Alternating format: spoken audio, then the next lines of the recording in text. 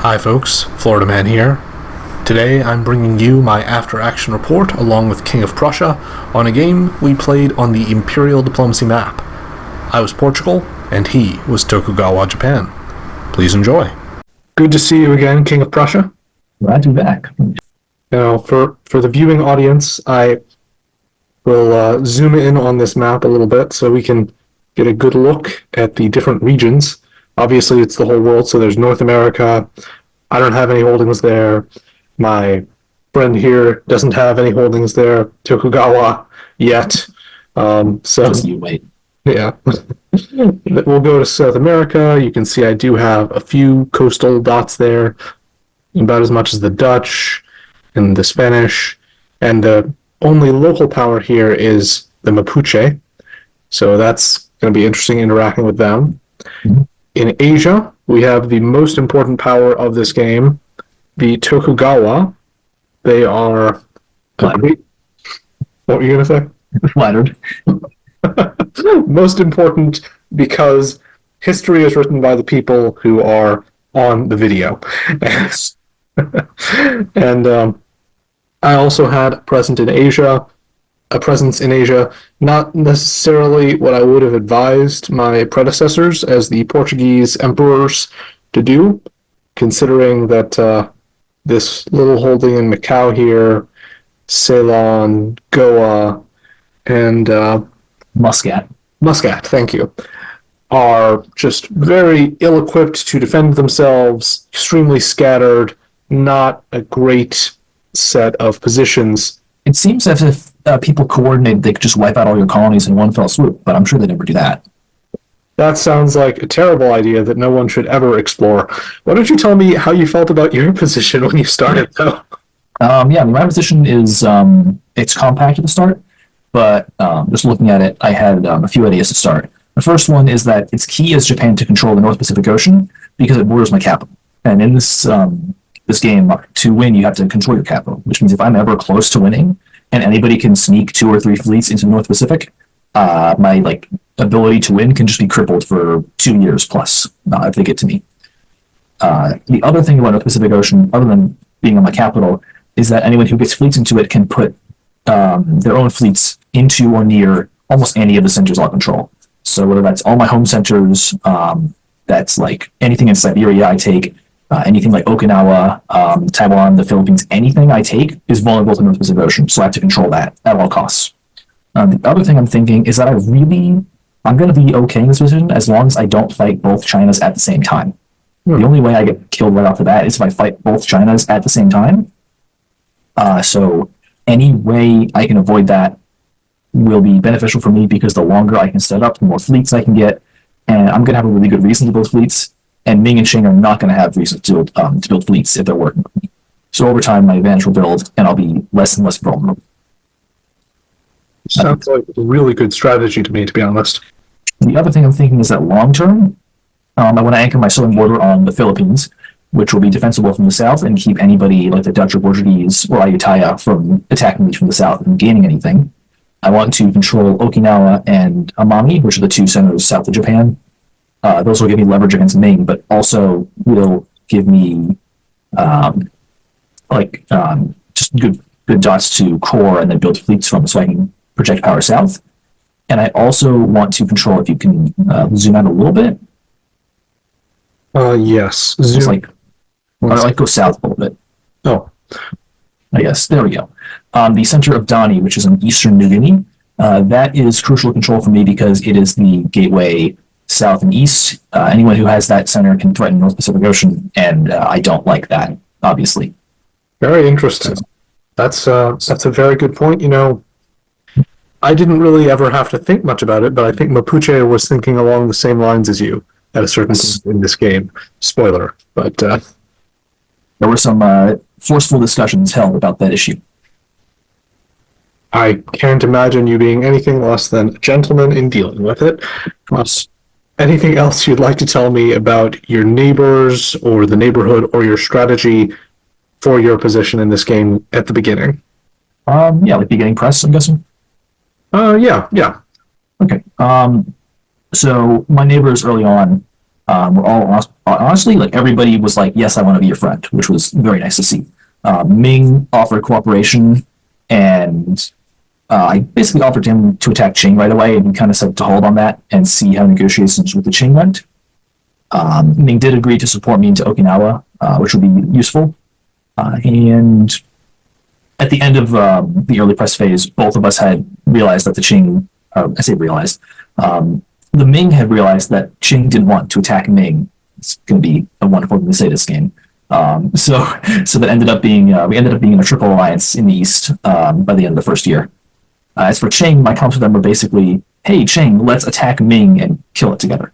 Because my thinking at the start of the game is that while it will be easier for me to attack Qing and get their centers and to get people to attack them, like Russia, for example, the China that's going to be able to threaten me in this game is going to be Ming, because they'll have Nanjing, maybe they'll get Macau or Hainan. Hainan, they have pre-core, they can build fleets there. They could get Taiwan, they have Beijing. They're much more able to build fleets and send them out.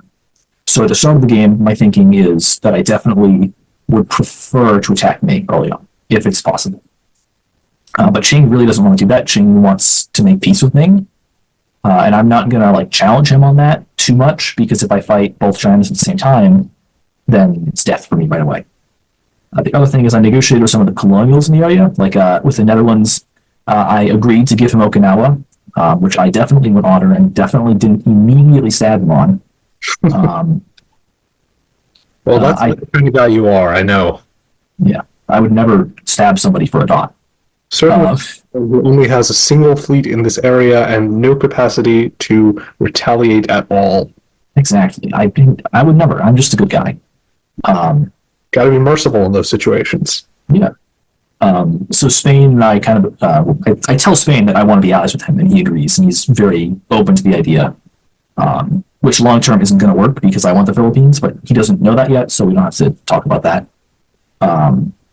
And other than that, Russia and I had agreed to a border.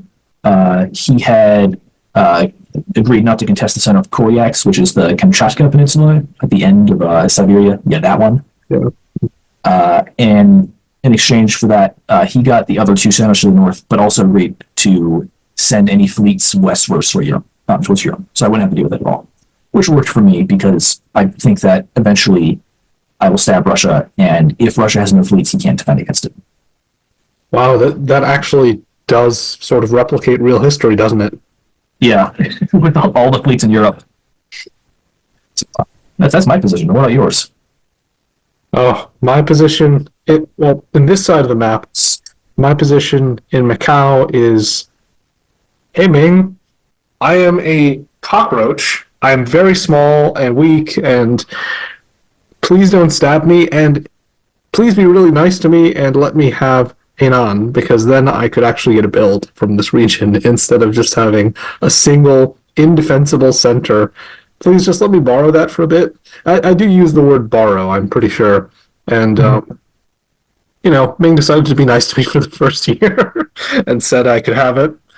I figured that I was going to have to, try and build up my strength in the region at some point, but I also wanted to kind of toe a line of not angering the Ming, who I knew would be able to, again, just crush me, stamp me out immediately.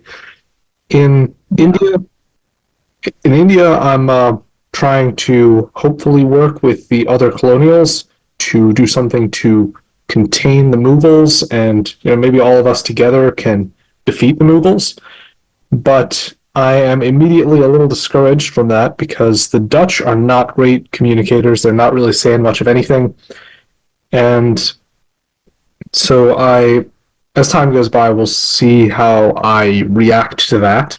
In Muscat, I have an opportunity to choose sides between the Ottomans and the Safavids. The Safavids want me to help them wipe out the Ottomans. The Ottomans basically want me to be neutral and or to help against the Safavids. And the Ottomans are honestly just a lot less threatening to me in this position because I am a single fleet on this coastal center. I'm not going to be easily attacked by the Ottomans, who have a fleet that's way over here that would take a very long time to be able to travel all the way to where my fleet is. and has these armies that also would need to travel for at least a couple of years to be able to get to just where my fleet is, let alone actually taking the center I hold. So my thinking is that I want to prop the Ottomans up. Yeah, that definitely checks out to me. If we go, back here to South America, where I also have a colony, my strategy here is that I want to be closely knit with Spain as much as possible, because my initial thinking in the game is that Iberia has to be a real partnership, because, Spain has colonies in the same places where I have colonies, and has their homeland in the same place where I have my homeland.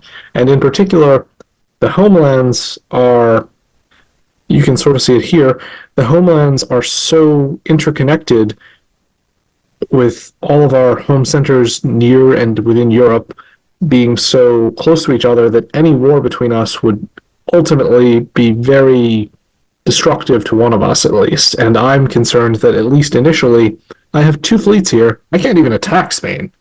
Like, Spain could attack me in the first few years and might actually do some damage, might even take my capital.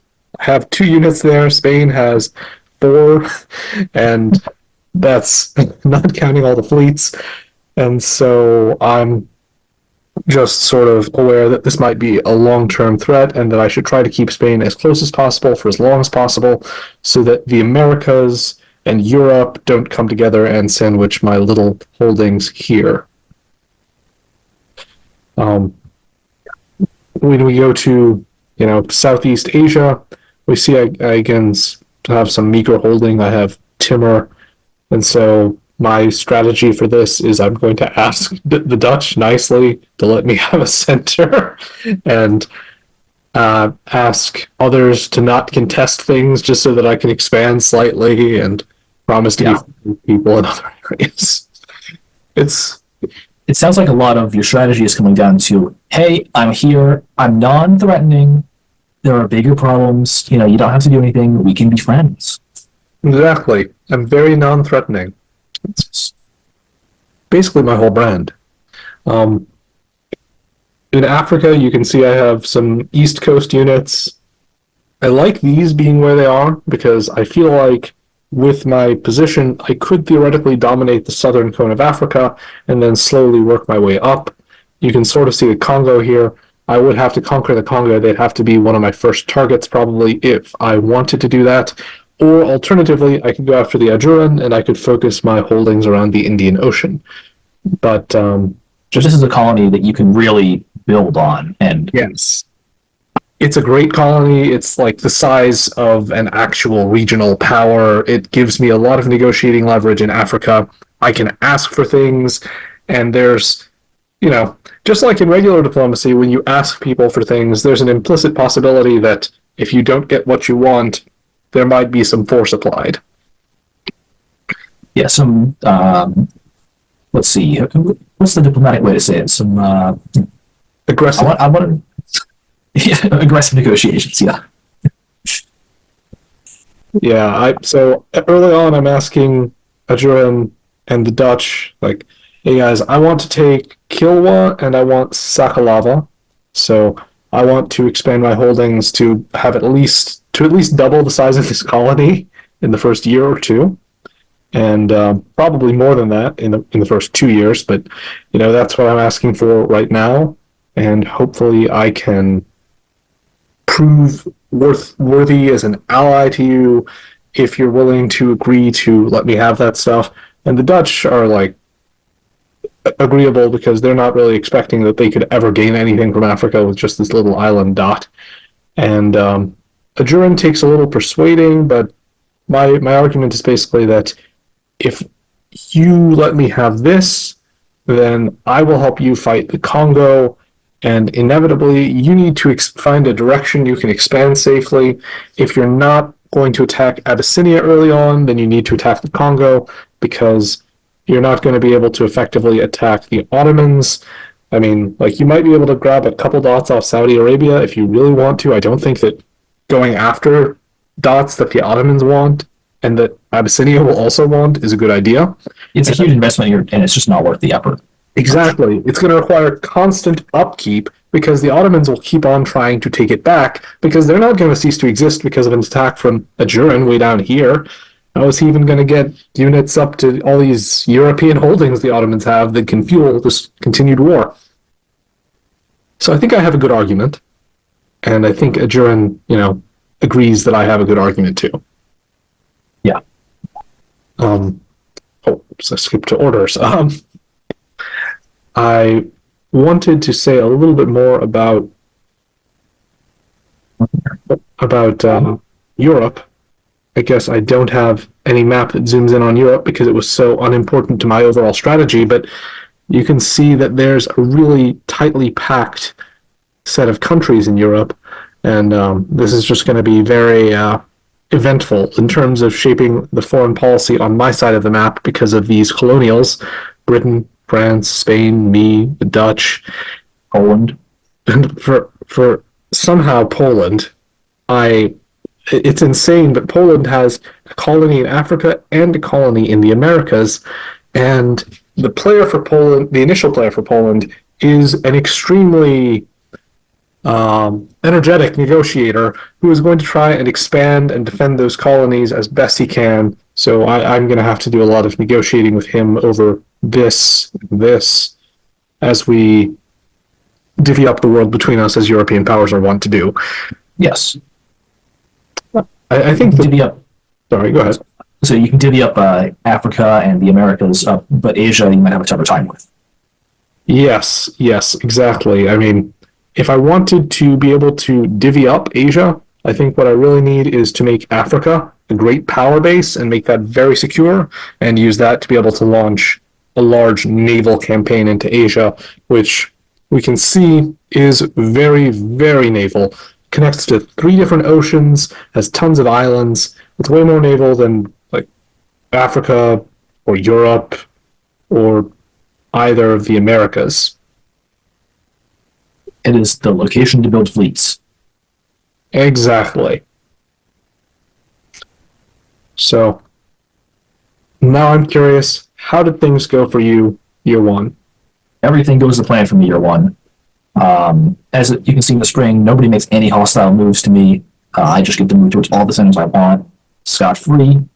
And in the fall, I get to, I just get all my centers I want. I get supported into Okinawa. I get Amami, which is north of Okinawa. I get Ezo, which is Hokkaido, northern island of Japan. And I get Fusan, which is in South Korea. I get everything I need.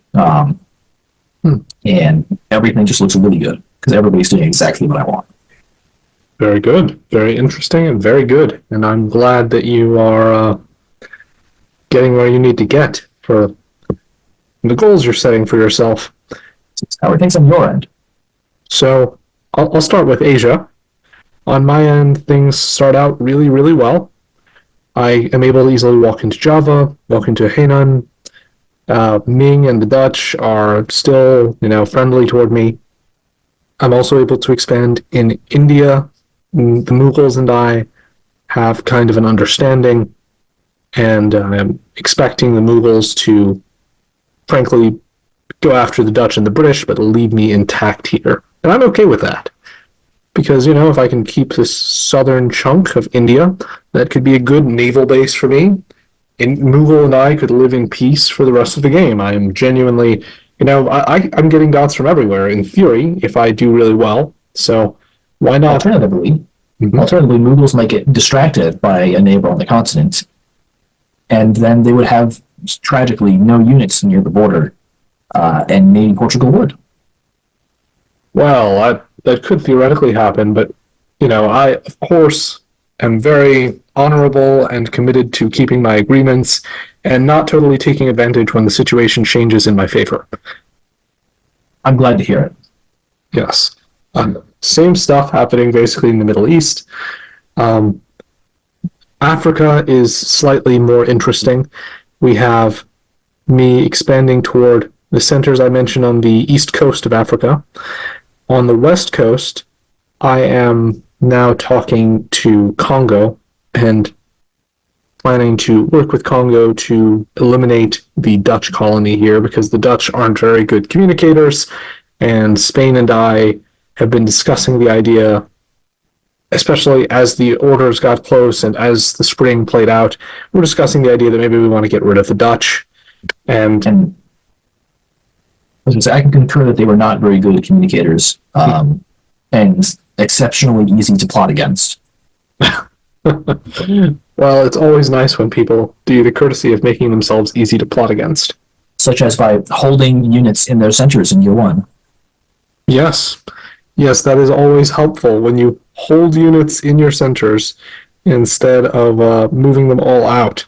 When you've got units that could be helping you to improve your situation, and you're just like, nah, I'll just put one hand behind my back. We can do this.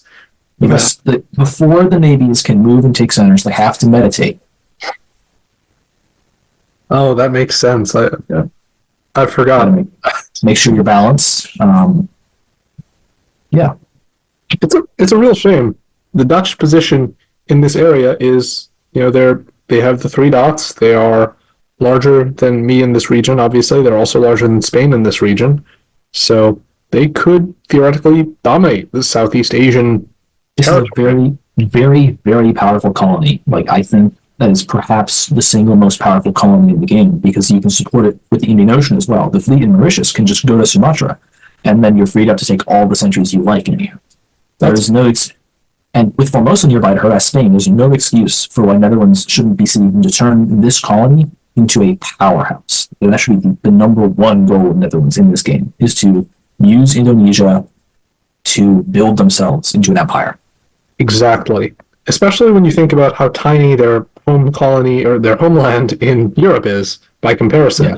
And that's the other thing, is that for other countries, by building this big colony, you might anger the people close to your capital, and that you then have to fight them for it. But they'd only be fighting you in Spain, and neither Portugal nor Spain are going to threaten Holland, Maine, like the Dutch mainland. So what the Dutch could do also is, while they focus on making the Netherlands big, they could use their colony in North America to ingratiate themselves to France or Britain or both.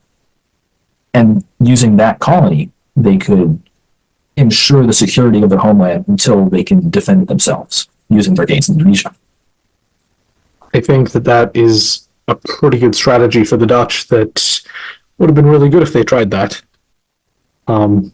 Well, they had to meditate, so unfortunately it wasn't possible. Yes, the leadership of the Dutch also had to meditate, and that was why there were so few messages from there. Indeed. In South America, what we see is the result of a bargain struck between me, Spain, and the Mapuche.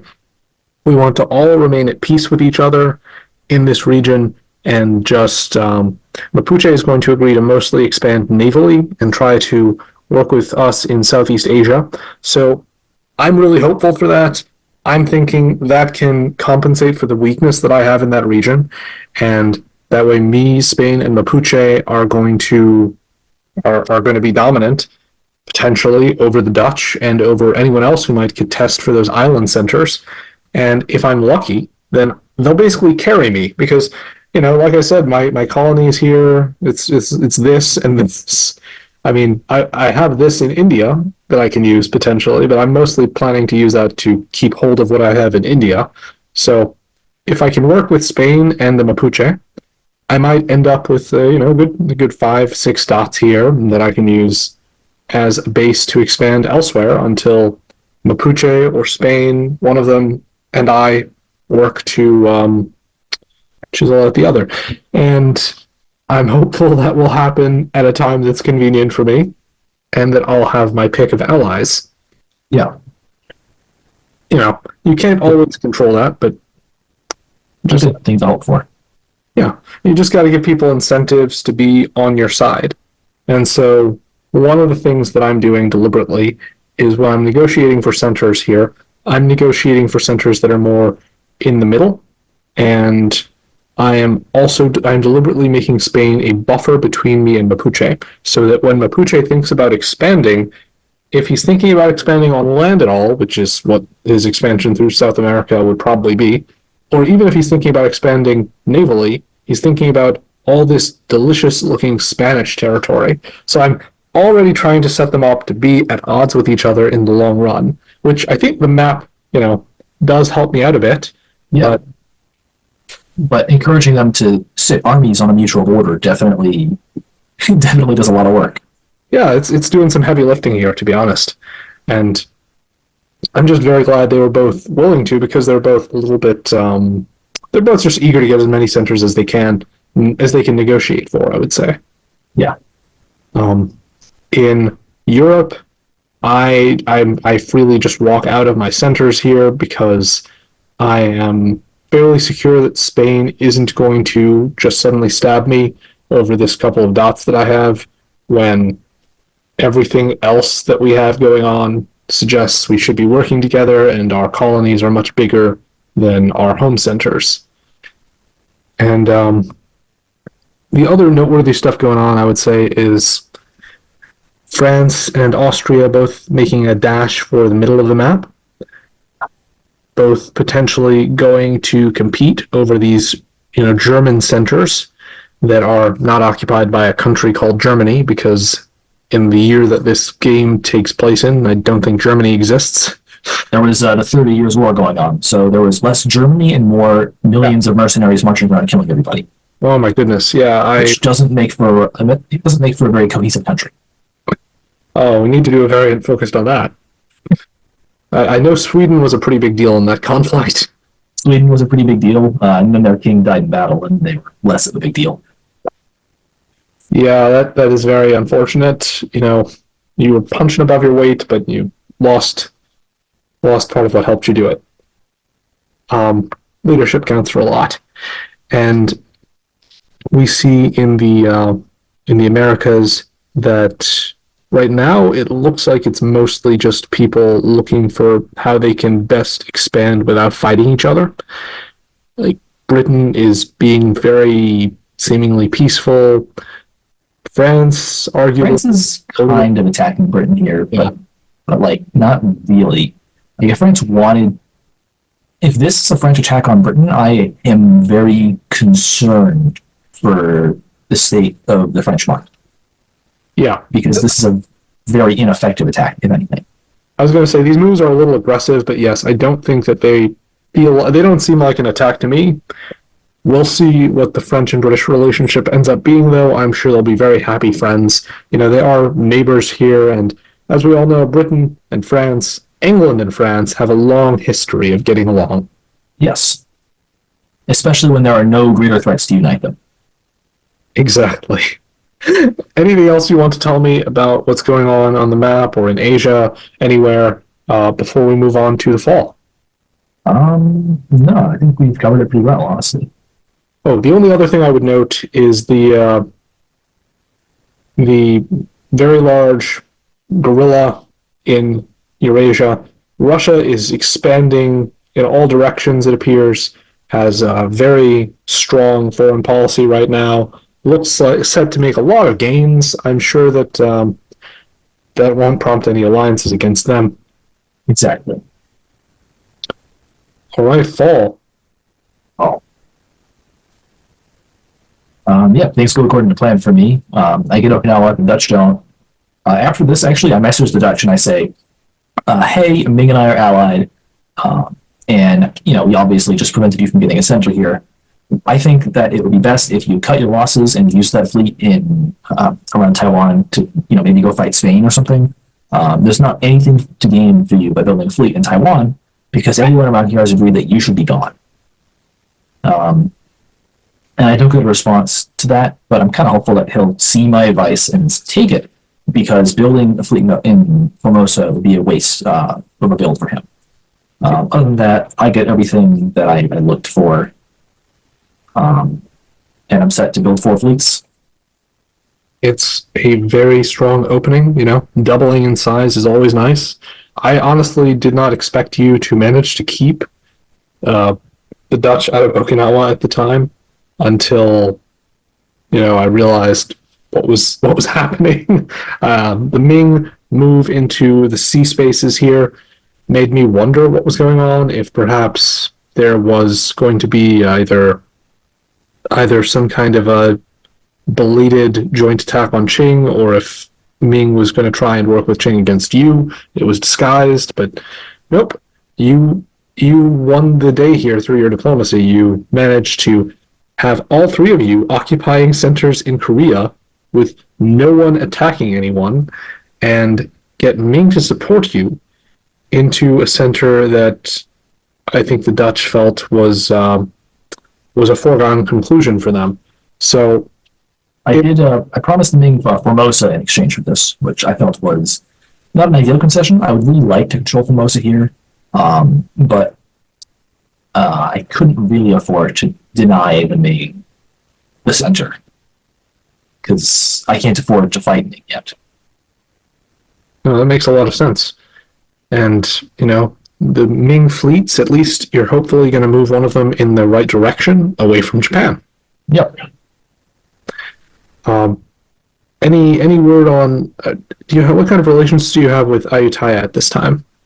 Yeah, here, let me scroll through. So Ayutthaya, actually forgot to mention year one. I had told them about Ming and Shang being friendly in year one, and there was like kind of a tentative, like maybe we should work together if they ever work together thing. But nothing really ever came of that with this player. Ayutthaya had got a new player midway through the game, and this first player, Ego, is not someone who I have seen take initiative, and I didn't think that there was ever going to be a need for me to really concretely work with Ayutthaya. That makes a lot of sense from what you're saying. From my perspective, this is a good season in the East Indies. I am, getting ready to go after the Dutch, so I tried to bounce them out of this center of Sumatra. That does not succeed, but I'm happy because I still doubled in size from my colonies, and Mapuche is also moving into this region by taking a piece of Australia, although I'm hoping he will move very quickly north and not worry too much about whether he gets the northern part of Australia or Danny, but we'll see what his priorities are. Spain also moving south, hopefully getting ready to also help me with the Dutch. And I'm expanding in the Indian subcontinent as expected. I decided to lend my support to the Ottomans over the Safavids for the reasons I mentioned before, just to basically have someone propped up as a shield versus all of the other, I guess what I would consider the other Islamic powers. And the gunpowder empires, as it were. The gunpowder empires. So Ottomans, Safavids, and Mughals, I think. Interesting, yeah. Yes, I'm trying to make sure that the Ottomans don't immediately die. The Ottomans did approach me at an earlier point about going after Spain with him and France, and I was sort of interested, but Spain just had a lot more to offer. So I ended up deciding not to try that, and instead I try and suggest that Ottoman maybe focus on other areas, and I'll do whatever I can with my little colony here to help him out. So he just needs to keep my colony alive, and maybe if he's actually successful, somehow feed me once in a while. Yeah. Hi, folks. Florida Man here, bringing you a commercial break to promote my book, Ruthless, Path of Conquest. Main title is Path of Conquest. Series title is Ruthless. The series is being released by the publisher Podium. The book is now available on Amazon, so get excited, people. And Audible for those of you who prefer to listen rather than reading a text. This novel is a fantasy in an apocalyptic Earth setting, and here's the description that my publisher prepared for it. The end of the world affords a restless everyman the chance to be a fearless warrior in this exciting apocalyptic adventure filled with magic and monsters. James Robard was a risk-taking con artist and thief before he turned over a new leaf as a loving husband and a dull suit in a law firm. He's never felt so unadventurous. That is, until the system descends upon Earth, and he's initiated into a thrilling game world of magic and mayhem, training for exhilarating challenges that make him feel alive again.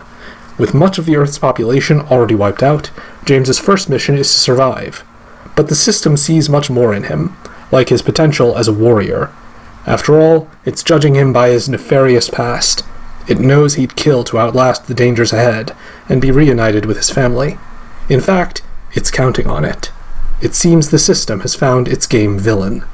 Forging a path of escalating stamina, mana, and skills, James is tossed into violent combat with ravenous monsters, treacherous humans, diabolical cults, and gods of less than divine intervention.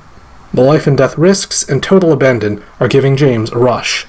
He's been given free rein to be ruthless. But being a pioneer of chaos has its consequences. Torn between his power-hungry impulses and better instincts, James embarks on a journey of self-discovery through a cataclysmic new realm. And along with a band of fellow survivors, he's about to find out his true purpose in the system's apocalyptic endgame. And now back to your regularly scheduled programming. As I was saying, my strategy for the Ottomans is basically to use them as a meat shield and keep them alive and propped up as much as I can until I am perhaps stronger in this whole African, Indian Ocean region, so that I can maybe have a more determinative impact on the war with Safavids, or until I build up a presence in Arabia itself and betray the Ottomans. But for now, I really want the Ottomans to keep the region chaotic. It's the only way my colony can survive here with just these two dots. Yeah, I mean, just as long as Ottomans are always serving a purpose, then it's the goal. Yes, everything has its place. Looking to Africa, I am, as agreed with the Polish, I am taking Dakar while he is moving from Great Fulo further into Africa. I'm kind of surprised he did this. I'm admiring his ambition, but I'm also thinking, surely Bornu and Ottomans aren't going to just let him hold on to any significant chunk of Africa. So I'm thinking eventually he'll be killed off here between Bornu and me, and the fact that he's a tiny power that has no real base to operate from. Yeah. But we'll see. I'm sure that'll come true. Sooner rather than later. This can't possibly sustain itself. Yeah, no, that would be crazy. And in the southern part of Africa, you see that I do get Kilwa, I do get Sakalava. Ajurin kind of just gave me every single thing I asked for, which was really nice, made me feel very endeared to him and willing to, go up against Congo, because as I said before, I think that's the natural place for him to be trying to expand, because there's not really much he can do against the Ottomans right now, and he doesn't seem to want to fight Abyssinia, which is fair enough. I'm happy with that because I couldn't help in that fight or benefit from it in any way. It would mean that Congo would be free to look for where to get more dots to the south. That's not good. Congo would have a free hand and a knife in it, and someone to point it at. Exactly. That's really bad.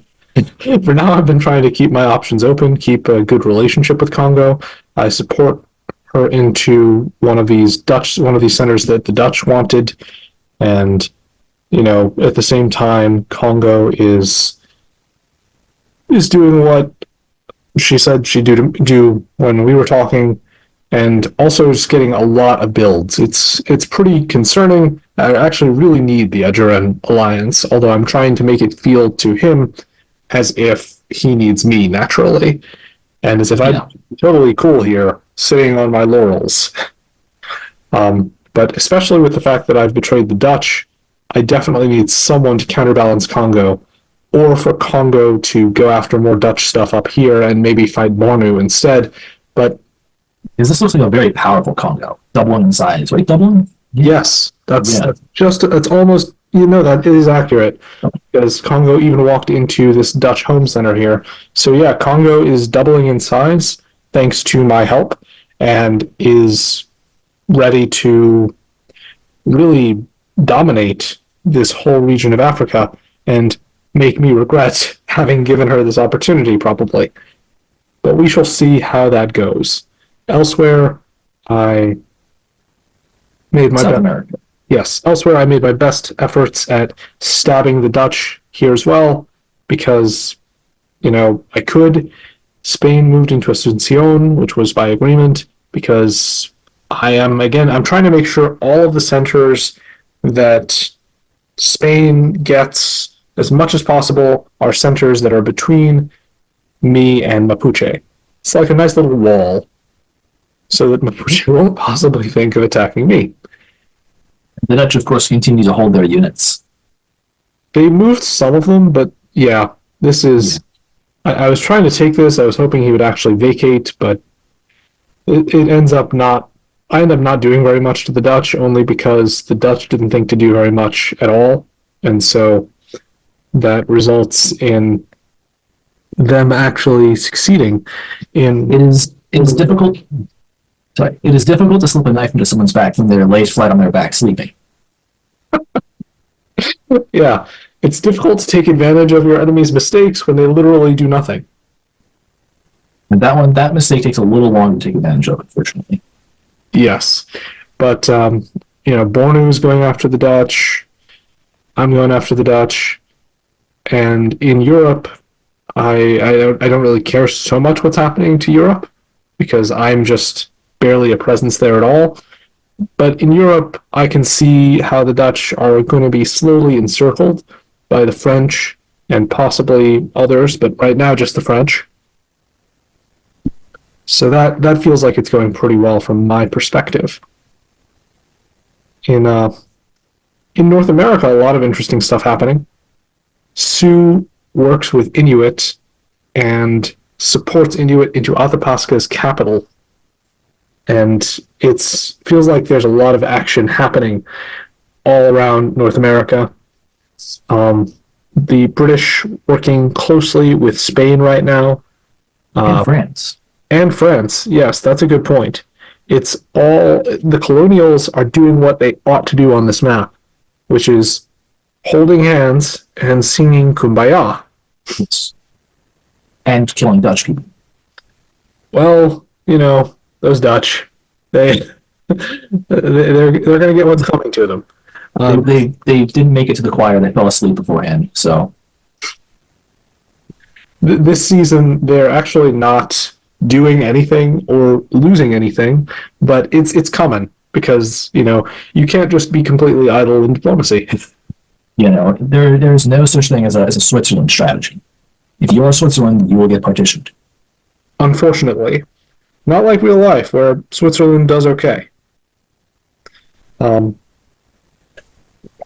at Europe, we can see that the Poles are mostly going for neutral centers and, have managed to begin moving at least to defend against Russia and has not been attacked very directly by Russia. So Poland secure enough on the eastern front, although it does seem likely that the Ottomans are going to be threatening from the south. And mostly it's people just grabbing neutrals for right now. So I'm just examining the Ottoman position. I'm not really sure what the Ottomans are doing here. Initially, the Ottomans wanted to move against Spain, and the first seasons reflected that. But now the Ottomans changed their mind because they realized they had no ally against Spain. And so what actually happened is, some confusing stuff, honestly. Like, I don't know what this move, moving out of Aegean Sea and not moving west to Ionian Sea doesn't make much sense to me. Because you can build in Cairo. You don't have to put a fleet there. Yeah. And not defending Tunis at all seems like kind of a mistake when you instead go for Sardinia and just bounce Spain out. It feels like that's pure negative because ideally you're okay with Spain. It's not like you're not worried about the center accounts because the center accounts are going to be the same either way. But by keeping Tunis open for yourself, you preserve the flexibility to fight Spain if you want, or to threaten to fight them to try to get concessions. Yes.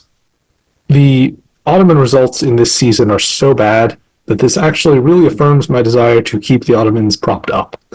Because I feel like, okay, they're not ever going to be a threat for board top and they're also not going to be a threat to me personally in Europe, or even really to my ally of Spain. So I am whispering in Spain's ear here, saying, might be good to kind of let Ottoman alone and just let him lick his wounds and recover a bit.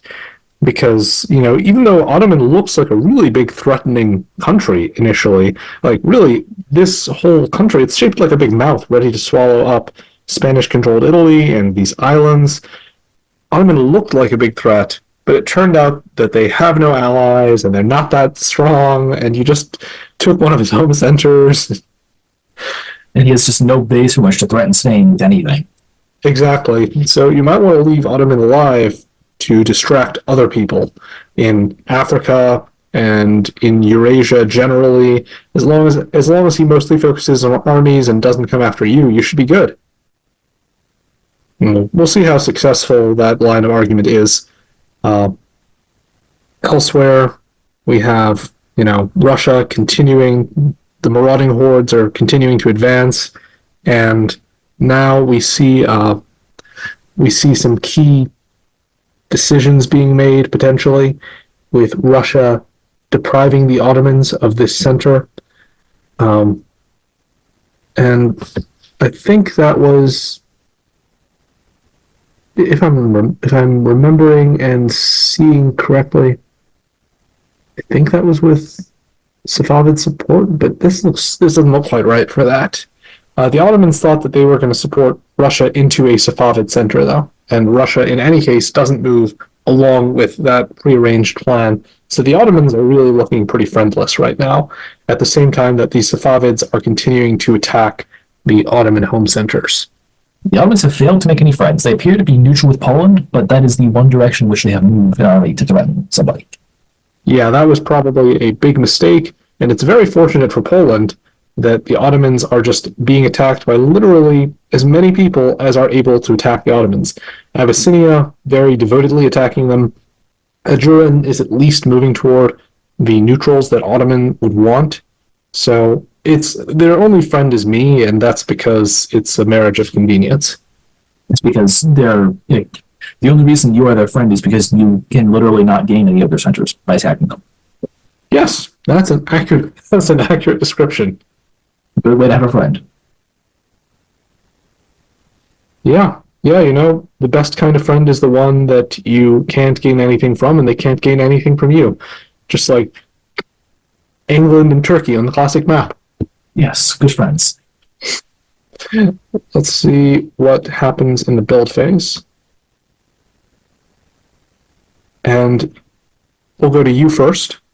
Can you explain what happens here? What are all these fleets doing? Do Ming and Qing need to be worried?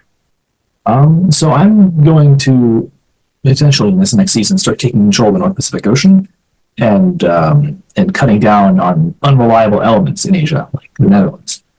So I build a bunch of fleets. My allies build mostly armies. Ming builds one fleet in Nanjing. I agreed to that beforehand as part of our strategy to kill the Dutch.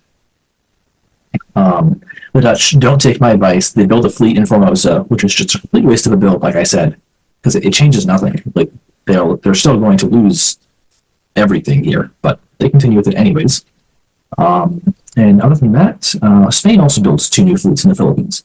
So I'm going to continue to talk to Spain as if we are great friends, and I have great plans to work with Spain in the future to attack common enemies, which we definitely have and will have and we're planning to fight, but we just don't have any right now, which is definitely will change.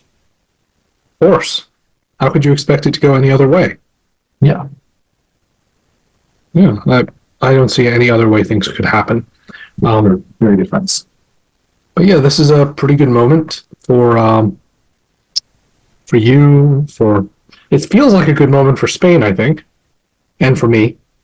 We are both very happy to be able to kind of double down on our colonies because we both substantially increased their sizes. So like Spain, I build fleets in Asia, an army in India because I'm being kind of bold about defending against possible Mughal attack, and I defend it to him by saying I'm going to go after the Dutch. You don't even need to worry about it, Mughal. I am going to eliminate the Dutch presence in the Indian subcontinent, and I mean it. But Yeah, armies also have more than one use. that might not be the last vacation spot for that army. Right, it's like a shark. It has to keep moving. Yeah. Well, I was just thinking, while they might get this full tour of all the Dutch colonial offices in India, maybe they also want to go see the Taj Mahal. And I think that would be a perfectly reasonable thing to do. Right. I mean, there is a desire among these Portuguese travelers to experience the great cultural centers of India and enter many of the centers of India if possible, although we'll see how much is possible. Although, a thought that did just occur to me is that there could have been some value, at least in your ends, to deferring a build in Macau, is my thought. Because in some colonies for colonials, there's never really going to be any upside. So, like, for example, if I'm the Dutch, I'm probably the Dutch. If I'm the Dutch and I have doubled in size, I'm still not going to build a fleet in Formosa, most likely, unless I want to attack Spain right away, because that fleet is going to be more, or that bill is going to be more useful next year in a different colony. And so I think that as a colonial, it may over time become more comfortable to play it more slowly and more deliberately rather than opportunistically. It's a very good point. I think there's a little part of me that was hoping I would find some way to get somebody to attack the Ming and enable me to establish more of an empire, or that I could turn this against Ayutthaya. But the opportunity isn't going to present itself, and perhaps a slower approach would have been more effective in this case. It's unfortunate that the Qing really did not make any overtures in the direction of the Ming for a long time. Yeah, I think it's kind of wise to not have you three not attack each other, actually, but it is unfortunate. It does limit the potential for growth and slow it down quite a lot, because the only place the Qing can expand is into Russia, heavily armed Russia, and the only place that... Sorry? I didn't say anything. Oh, and the only place that you can expand is into these Southeast Asian islands that are, not as straightforward to attack as the coast of Qing or Ming would be right now. Although, I'm sure you will manage to go after them anyway. Eventually. My other builds, I am trying to make sure that I'm ready to fight the Congo or Ajuran if I really have to, but mostly I'm thinking of fighting the Congo, so I am dramatically increasing the number of armies I have in Africa, and the only fleet that I build in Africa is on the west coast right next to Congo. Yeah, because an army there is not going to be received very well. Right. So I'm trying to sort of balance being prepared to fight Congo with looking like I might still want to be friends. But we'll see how well that worked.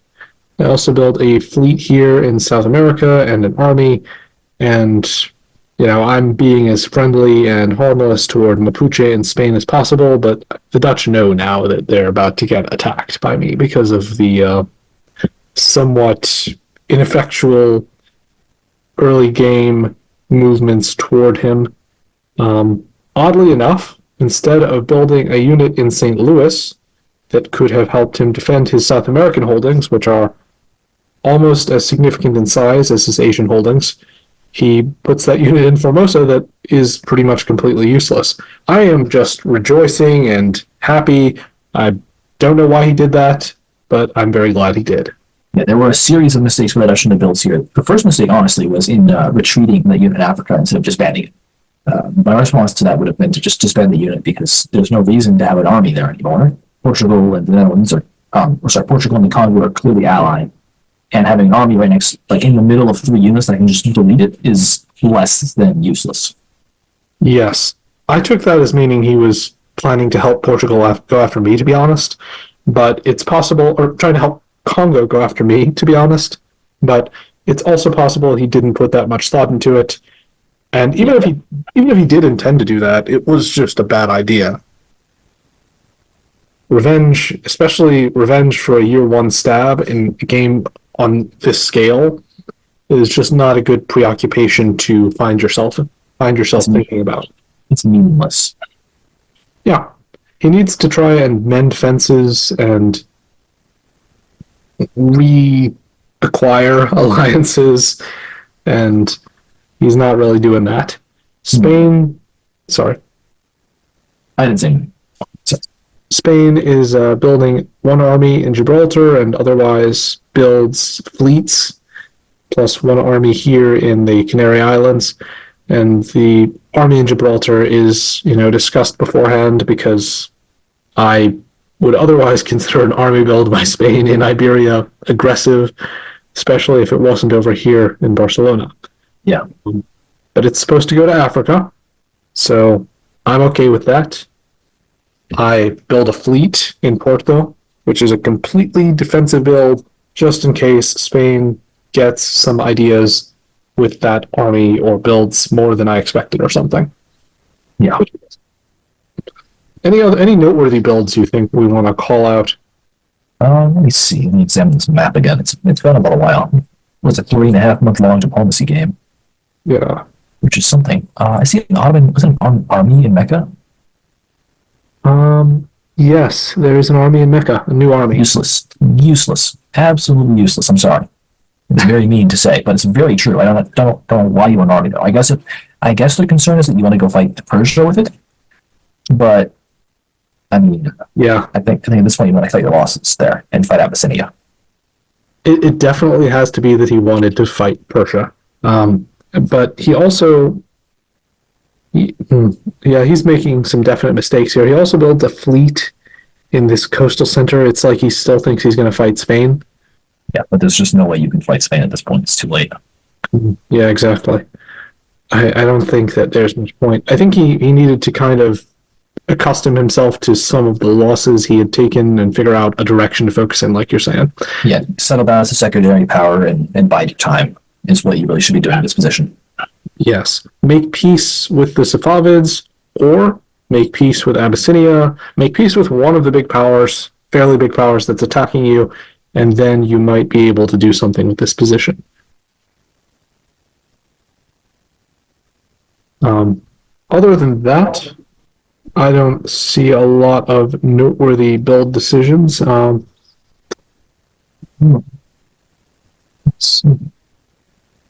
I think everything else is about as you would expect. Oh yeah, the Dutch do put a fleet in North America. Oh my god. Which, there's just no point to put a fleet there, my friend. If you're listening, Middlewood's player, there's no point. You're not going to do anything with a fleet in North America. And you're also probably not going to keep that colony. No. You're not going to keep a fleet there is not going to help you keep the colony. And the only reason you do a fleet instead of an army is if you're supposed to use it in the ocean. But you're not going to be using that fleet in the ocean because you'd have to spend a full year moving it even towards another center that it couldn't get to already. It's just not it. That's not the way. All right. Looking to spring 1643. Wow. Let's first look at the highly successful continued Japanese movements and advances. So I decided to take it slow this year. I think at this point, if I rush, that I might outrun my supply lines and find myself unable to take advantage of future opportunities. So I dedicate 2 of my units to coring. I core Izu, the Hokkaido, the island in the north, which makes sure that I can fight Qing if it ever comes to it. But obviously I can just tell Qing, hey, I want to be able to build a fleet here against Russia, so I'm going to core it, which is not unreasonable, I don't think. I mean, it is a little unreasonable, but it's a good enough excuse he's not going to fight me over it. And I core Mami in the south, which allows me to build more fleets on the Kuroshio Current, but also gives me the ability to threaten Ming if I want to. Other than that, I follow through my promise of supporting Ming against the Dutch in Formosa. The Dutch, of course, do not support their fleet to hold, despite the attack being clearly telegraphed and said move to bounce you instead, which I guess indicates some small spite, maybe. But other than that, not very useful.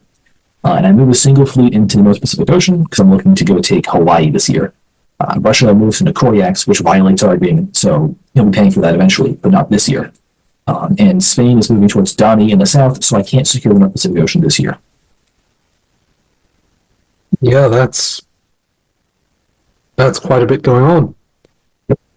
Just slowly building up. Slowly but surely. I'm optimistic that the Spanish moves here mean that he's going to actually help me out. I did not think he was going for Danny at this point. I thought he can support himself into this Dutch center, and there's nothing the Dutch can do about it unless they are. Well, there's nothing they can do about it. There is something they could do about it. They could support the hold, but they'd get cut. Could they? No, they couldn't. Literally nothing they can do about it. Yeah. Yeah. So the Dutch are focusing on me, understandably, because I am overtly attacking them and have been doing that. And I'm getting a little bit antsy about Spain being a little too slow to do that, letting me carry some of the burden. Very glad that there are other powers who have been going after the Dutch, thanks to their ineffective diplomacy. But I would really like the fight with the Dutch to be over so I can deal with other powers. Yeah. You can see that. Sorry. Report. Oh, you can see that Ceylon and the Dutch unit in Indian Ocean are hitting each other, bouncing, because I'm trying to position to defend my defenseless colonies in Southeast Asia, while he's hoping to walk in, hoping I'm just going to vacate Ceylon with his unit next to it. And I'm also positioning to take Mauritius from him because, he didn't use this unit to bounce either of these moves that I was 100% going to make. So now he guaranteed loses the center off of that. Yes, he's definitely going to lose a center off of that. He is moving to take the South African center of Josa, which I don't really care about because it's not my center yet, and because I know that later it will be. And if he's holding that center and I'm attacking him, no one can really object to me taking it from him. We also have Congo beginning to core some spaces, which is just really worrying when Congo is coring a center right next to one of mine. And Congo and I bounce in this sea space. We're already sort of setting up to fight each other.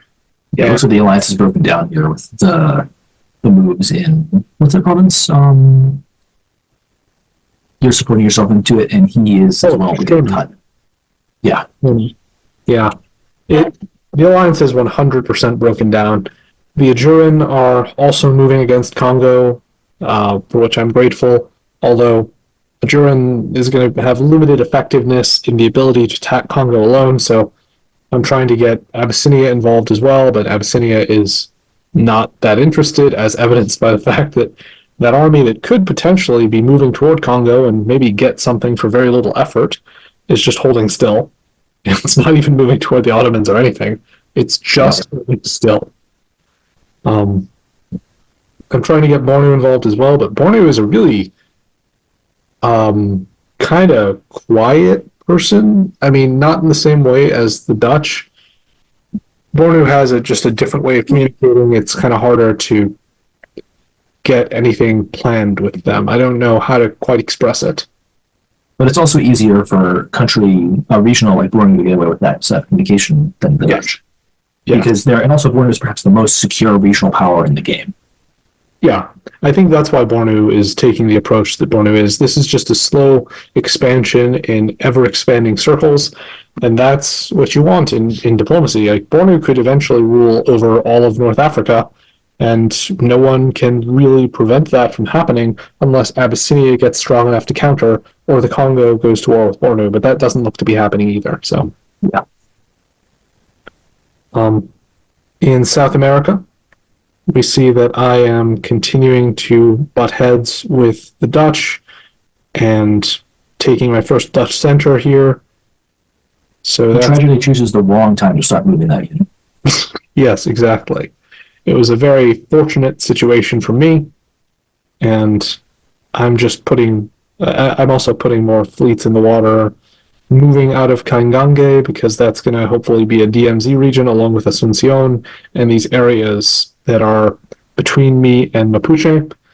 And this will allow me to focus completely on getting rid of the Dutch presence in South America, and frankly, probably the French presence as well. because they're also pretty small there and not very strong. And There's just not much they can do if you decide to get rid of them. yeah, and they're also not helping me with the Dutch, really. So that also is a reason. I would have liked. They move a fleet towards your colony in Suriname, don't they? Surin. Oh, no, that's a Dutch colony. I'm blind. Never mind. Oh, no worries. I was like, They might be willing to take a Dutch center or two, but they're not willing to help me take a Dutch center or two. So that means they're not an ally. Because I don't need help from other people to take Dutch centers. I need help to kill, or I don't need help from other people to kill the Dutch exactly. I need help getting myself some Dutch centers. yes. And France probably needs to understand that this colony is forever going to be small, and therefore that he needs to just try and reach a good accommodation with me. And if he does that, maybe I'll leave him alone. You would help. Yeah. Meanwhile, Poland very successfully negotiating for both his colonies. He's now not only got these two islands, the New Courland and Barbados, which he negotiated with Britain, he's also got a foothold on the continent itself, Caracas. And I cannot for the life of me understand why Spain or Britain would agree to him being there. Other than, I think Spain might have felt pressured by Britain or felt unable to refuse. I just don't think it really makes any sense that Poland should be able to command this dot. Yeah, you should be, as Spain, you need to be limiting your liabilities, and Poland controlling any land there is a liability because it means it's another power you have to deal with, and it's another power that other people can turn against you. Exactly. Spain should be limiting the amount of surface area that faces other people as much as possible. And this could have been Spanish and just facing the sea. But oh well. Alas, indeed. In Europe and North Africa, we see that the Ottomans are trying to take back their home center from Spain successfully this time. And, good for Ottomans. They've walked back the ground that they just lost. We'll see if they hold on to that. Yeah. Spain is doing, as Spain said, convoys out of Iberia. And I was so confident that Spain was going to do that I actually walk out of Iberia as well. There'll probably come a time when the two of us can't have that kind of confidence in each other, but hopefully no time soon. And now a good alliance.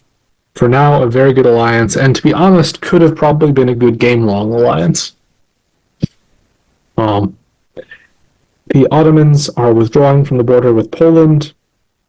Poland taking more of Europe, or moving toward taking more of Europe, and also invading Russia, which is accompanied by Sweden invading Russia, or trying to invade Russia, Russia attacking Sweden.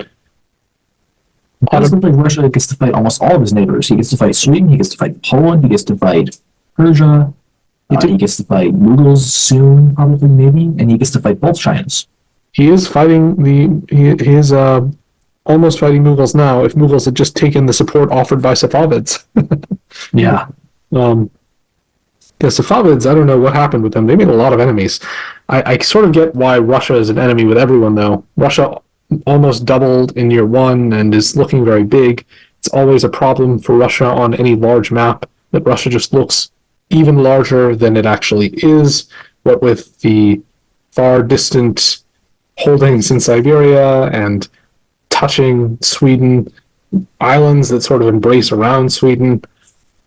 I get why Russia's being attacked, just like I get why the Ottomans are being attacked by Abyssinia.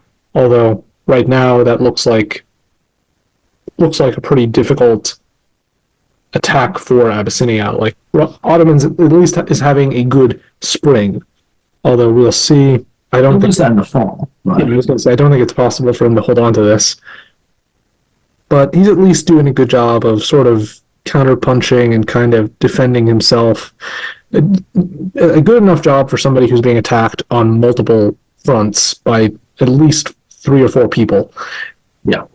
It's satisfactory to me, at least, enough that I want to keep helping. So I am bouncing Safavid's moves and really being a pain in the butt for him. Even though does not benefit me materially at all. It does keep the chaos in the Middle East and North Africa going. So as long as I can do that, I'm happy to sort of act as a reserve Ottoman navy here. Although, if a Jurin were to ever ask me to stop, I would. But he never does. Even though I think he wants the Ottomans to fall, he doesn't bother to try and make it a condition of our collaboration. I also want to mention before we end up in spring here that Qing began touring Pyongyang in North Korea. I tried to, tell Ming that he should stop that this should be like some sort of breach of trust. This was my last attempt to try to introduce some instability in the Triple Alliance of the China's and Japan. But Ming pretty confidently shoots us down. Of course, Ming in this game had a very unique press style, and which was very nice. It was refreshing. Role-playing is fun. Yeah, basically role-playing. It was nice. It basically said, like, hey, in a Triple Alliance, if you start, introducing these mistrusts, then it's going to break down at some point, and I'm not going to do that. Which, to me, was a signal of Ming is not ever going to be the one to stab Qing, so I have to wait until Qing reaches out to me and says, hey, I would like to stab Ming, and then I can consider what I want to do. But until then, there's not going to be any grounds to stab either of them successfully. I guess we'll see what happens there. Yes, we will. Let's take a look at fall 1643. Portugal, man, really. Yes, in this game, I am a native of Portugal. Just a very well-traveled native of Portugal. As Portugal is. Yeah. You gotta... There we go. Let's zoom in. Take a look at what is going on for you. Yes, I'm just shuffling more fleets into the North Pacific. Coring Okinawa, too, just so I can build more fleets if I need to. The Dutch are being wiped out in Taiwan, which makes sense, and they don't even try to defend it with their other fleet. Don't try to cut anything, they just let it go. Which I'm okay with. I mean, makes it easier. You're supporting Ming here in the please don't kill me, I'm being helpful. I'm being helpful department, which is something you can definitely try. And I got Hawaii on the other side of the map, so that's step one of securing the Pacific done. Now you're a continent straddling power in a sense. Yes. Also, I'm continuing to talk nice to Spain because he's putting fleets in the North Pacific, and I really don't want to fight him right now. Not yet. Oh. Yes, it would be very unfortunate for you and Spain if things had to escalate to violence at this early point. So we should wait and make sure that everyone's right, and by everyone I mean me. Make sure you're thoroughly prepared. Yes. On your end? That's what you got to do. So, like you said, I'm doing the thing where I try to be helpful to remind Ming that I am a loyal subject and going to totally assist in any future endeavors. He might need these Portuguese fleets if he ever needs to fight you. And you've never fight a fellow emperor, though. We're allies for all time.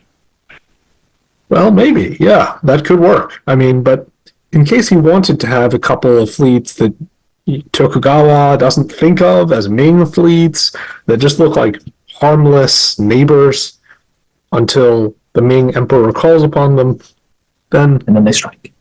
Yeah, exactly. That could have been beautiful. But unfortunately, not happening in this game, I don't think. Elsewhere...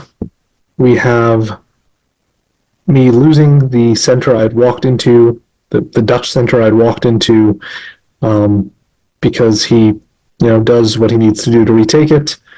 But surprising. Yes. And also surprising to me was that Spain did not take Manado, this Dutch center that was definitely easily completely vulnerable to him. Instead, he tries to walk in with one unit, and that naturally bounces because Dutch uses his favorite technique of holding in place. And you got to see it coming at this point. So Spain does take Danny, but I'm pretty ticked off actually at this point because Spain has done literally nothing to harm the Dutch, and it feels like I really had a target painted on my back because I'm the only one doing the dirty work here. Yeah, it's like you're doing all the fighting while Spain is like, oh, I think I'm actually taking, Spain is. I just had a funny thought. You're doing all the fighting, you're sitting in front of you, making sure that Spain is okay, and Spain is just, I'm taking my siesta. That's a great way to put it. Spain is taking a siesta. On the bright side, I'm getting in position in India to take this dot from the Dutch, and the Mughals are also taking the neutral center of Raja Mahendri that the Dutch had occupied. So the Dutch aren't going to grow this season, and I do take Mauritius from them. So even though I'm doing most of the work here, it is a successful anti-Dutch effort. I'm clearing 2 centers from the Dutch in South America as well, and I'm really, really happy that I decided to betray and attack the Dutch at this point. France also taking a Dutch center, Belém, although I just walked in because the Dutch walked out for no really apparent reason. I mean, obviously they're getting Amazonas here, but they're just trading one center for another, and because they did this, they also didn't defend their center of Parmorbo from Poland. And they also didn't defend St. Helena. They instead went towards your centers in South America. Oh yeah, that's true. And I convoyed into St. Helena. I think you made a very good decision to put the knife on the Dutch back, because if you hadn't, I think you would have fallen with them. Yeah, I think that's right. I think if I had a stronger, more competent Dutch player, Spain, the Dutch and I had joint, had threads where we were all talking together. And we were hoping the 3 of us together could dominate South America, Africa, and Southeast Asia because we're colonials. That's what we're supposed to do, is dominate whole regions. You can see the sheer number of fleets here. We could have taken over Ayutthaya or, at least secured our holdings against Ayutthaya and eventually come after Ming and maybe even other powers. No, well, you see, actually, a little known fact is that Japan is actually a colonial power after a certain point, so we would have been actually maybe working together on that. That's a good point. I keep forgetting about how that happened, and Japan decided to take over Manchuria and march around. Meiji era. Yeah. A lot of my policy, if you look in the Discord server into my little void, was based off of actual Japanese foreign policy because I was taking a class on it at the time. So I was like, yes, so here's what we'll take, and then we're going to do this, and then we're going to do the northern expansion strategy, and then we're going to do the southern expansion strategy, which goes slightly less well. We'll get into that later. I love that. That's hilarious that you were basing it off of the real foreign policy. I'm going to have to spend more time in your void. The main void I've spent the most time in has been Mapuche's, actually, because I was curious what he was thinking, in part because I knew he spent time figuring out when he was going to, or if and when he should stab me. And I realized that when I searched Portugal in the Discord, my name showed up the most in his void. He was talking about me all the time. A little bit obsessed. But You gotta be in that position, I think. yeah, I can have that effect on people. The previous season, Poland had walked into my African center of Dakar, and now he walks out into Great Fluo, which is very important for keeping our relationship peaceful. I had given him some strongly worded warnings and basically indicated that if he didn't walk out, that I was going to wipe out his colony in Africa. I mean, that's a fair demand to make, considering you can also be like, hey, my primary enemy has been doing all they can to wipe themselves off the map. So I was actually thinking out of his armies free. Yeah. The Polish player, that man has a pair of... He's got some fortitude. Like, in terms of the way he negotiates, he is just brazen, that guy. And like every season, anytime we would talk after this, he would always be, well, look, I've been very accommodating to you. I walked out of that center I told you that I wasn't going to walk into. I walked back a stab. I pulled the knife out of your back, okay? I mean, I really think that we should be friends here. Did you a big favor, okay? Never mind the fact that you could have kept me from getting from 1 to 2 in Africa. Maybe should have. Probably should have. Like, it's definitely live and learn with this, because Poland should never have been anything in Africa. Like, that's completely unnatural, completely illogical. This moment, Poland is supposed to be in Europe, and then it's supposed to be pulled to pieces. That's how Poland goes. exactly. I would know because I played Poland in Ruthless Diplomacy, and that's what happened. Oh, It's the natural order of things, I promise. well, I'm glad this game. Well, I won't spoil, but this game went a little differently. I didn't play Poland. Yeah, that's also true. I mean, Poland played quite a game. The original Poland. He does eventually get replaced, but so other things of note for me are I'm getting into a bit of trouble here. The Safavids are, starting to take my having sided with the Ottomans a little more personally, I think, and so they're getting more and more committed to, wiping out my tiny Middle Eastern colony. The Ajuran, for some reason, go after Mughal here. I don't really mind that, because the Ajuran are still doing what I want them to do and going after Congo. It's not a problem for you. It's just kind of puzzling as to why that's where they would put their resources at this pivotal moment. Yes, I would say it is a bit puzzling, and it's not exactly a problem for me, but I mean, it prevents any collaboration with the Mughals. They keep getting weakened by being attacked. Like, they're being attacked by the Ming. They're losing this neutral center to the Ming that they got. They're being attacked by the Russians.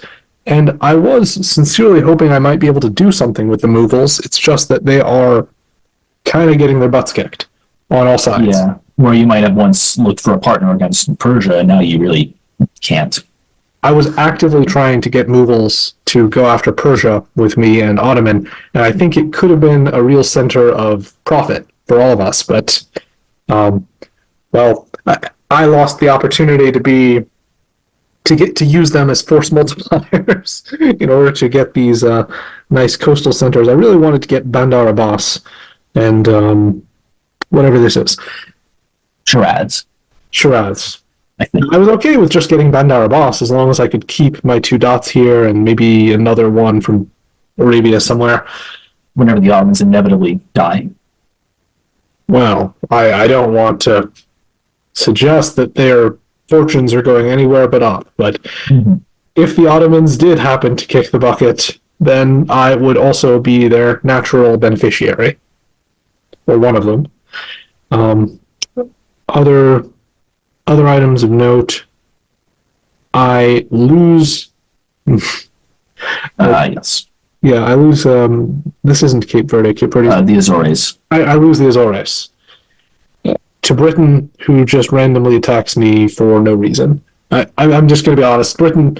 I do think Britain randomly attacked me for no reason. I don't think it was a complex decision where a lot went into it. I think Britain just figured, I can get away with this, and so I will, because I control the North Atlantic Ocean now. And the only other person who has a unit in there is France, and France and I are buddies, and that's going to last forever. Best friends. Yes, forever and ever and ever. And so Britain decided to just take a space that bordered the North Atlantic Ocean that I didn't have the units in place to defend. And there wasn't anything I could actually do about it just then. I kind of gave Britain a hard time about it in press, but Britain just said, well, you should have helped me in India. Like, we were going to go after the Mughals together, you, me, and the Dutch.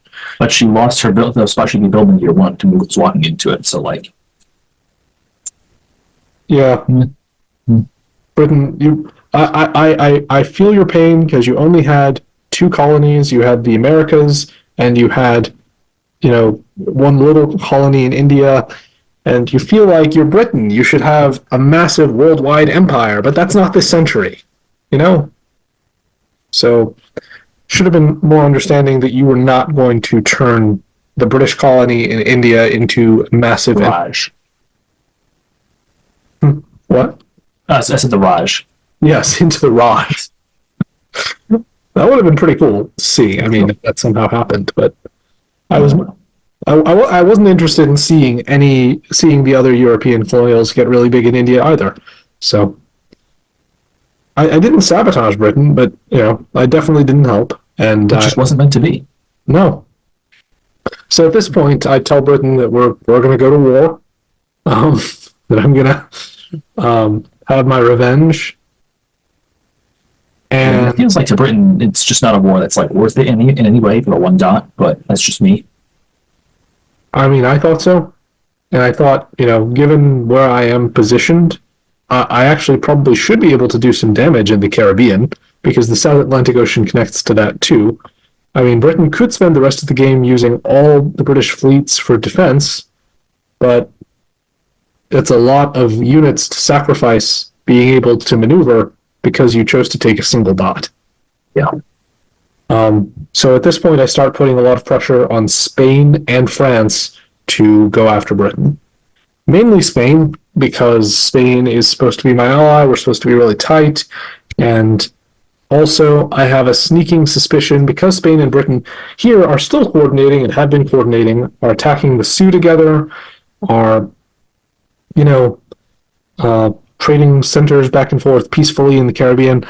I have a suspicion that maybe Spain is tighter with Britain than with me. It certainly looks like that might be the case, although it would be kind of foolish for Spain, in my opinion. That's how I feel. But I also don't want to, now that I'm saying I want to go to war with Britain, I don't want to turn my back on Spain and find out that actually they were really close and that they did, get along well, that we get along much better than me and Spain. So diplomatically, what I'm doing behind the scenes here is I'm working really hard to convince Spain. And Spain is delaying. Spain is delaying and saying, well, I could do it much better if we wait another year or two. And is there anything else you want to note before we go to the builds? Let me just check my notes. I don't think so. No, that's the end of it too. Okay. So I only have one build here because I'm taking it nice and slow, and I'm trying not to make a bunch of enemies. So I only build one fleet in my capital, Edo, which can go right into the North Pacific. Very good. I have my builds coming in. Let me see.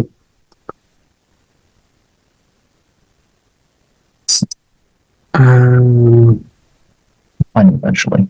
I have my builds, a fleet in South America, an army in Sao Paulo, and as a result of my thinking Spain was delaying too much, I finally agreed to work with Mapuche against them.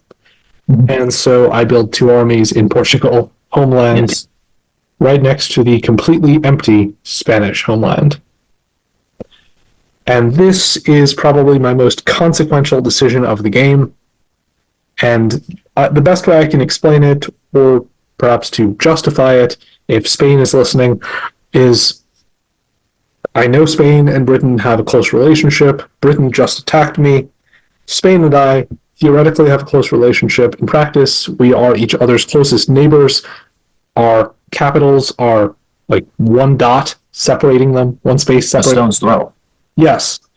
So if I am going to fight Britain, I need Spain to be unambiguously on my side. If you're not with me, in this case, you are against me. And I know that's a kind of a disreputable line of thinking generally, but I think I have to think that way because you are not in a position to be making any taking any chances with your position. No, a la Spain. Exactly. And I know I'm going to have a lot of trouble attacking Britain without some really serious Spanish help. With these Spanish units, with these armies that are all over North America, Spain could do a lot to Britain, although it would be better if these were fleet builds rather than armies. And Spain was really trying to slow walk this. There's the one fleet, but that's just, I guess, what Spain felt that he could justify to Britain. Um, with the Spanish units in the Americas, Spain could have done a lot of damage to Britain. And while I'm tying up these fleets, Spain probably could have cleaned up and taken at least 4 or 5 centers, I think, from Britain. Yeah. But that's just my, idealistic conception of what would happen. So quietly in the background, Poland built another fleet down there. Oh, Poland, yeah. Yes, he did in New Courland. And this is also pretty important because Poland's position, his strategy has been very good. He's been really trying to entrench himself in his colonial territories. He's got a new army here as well.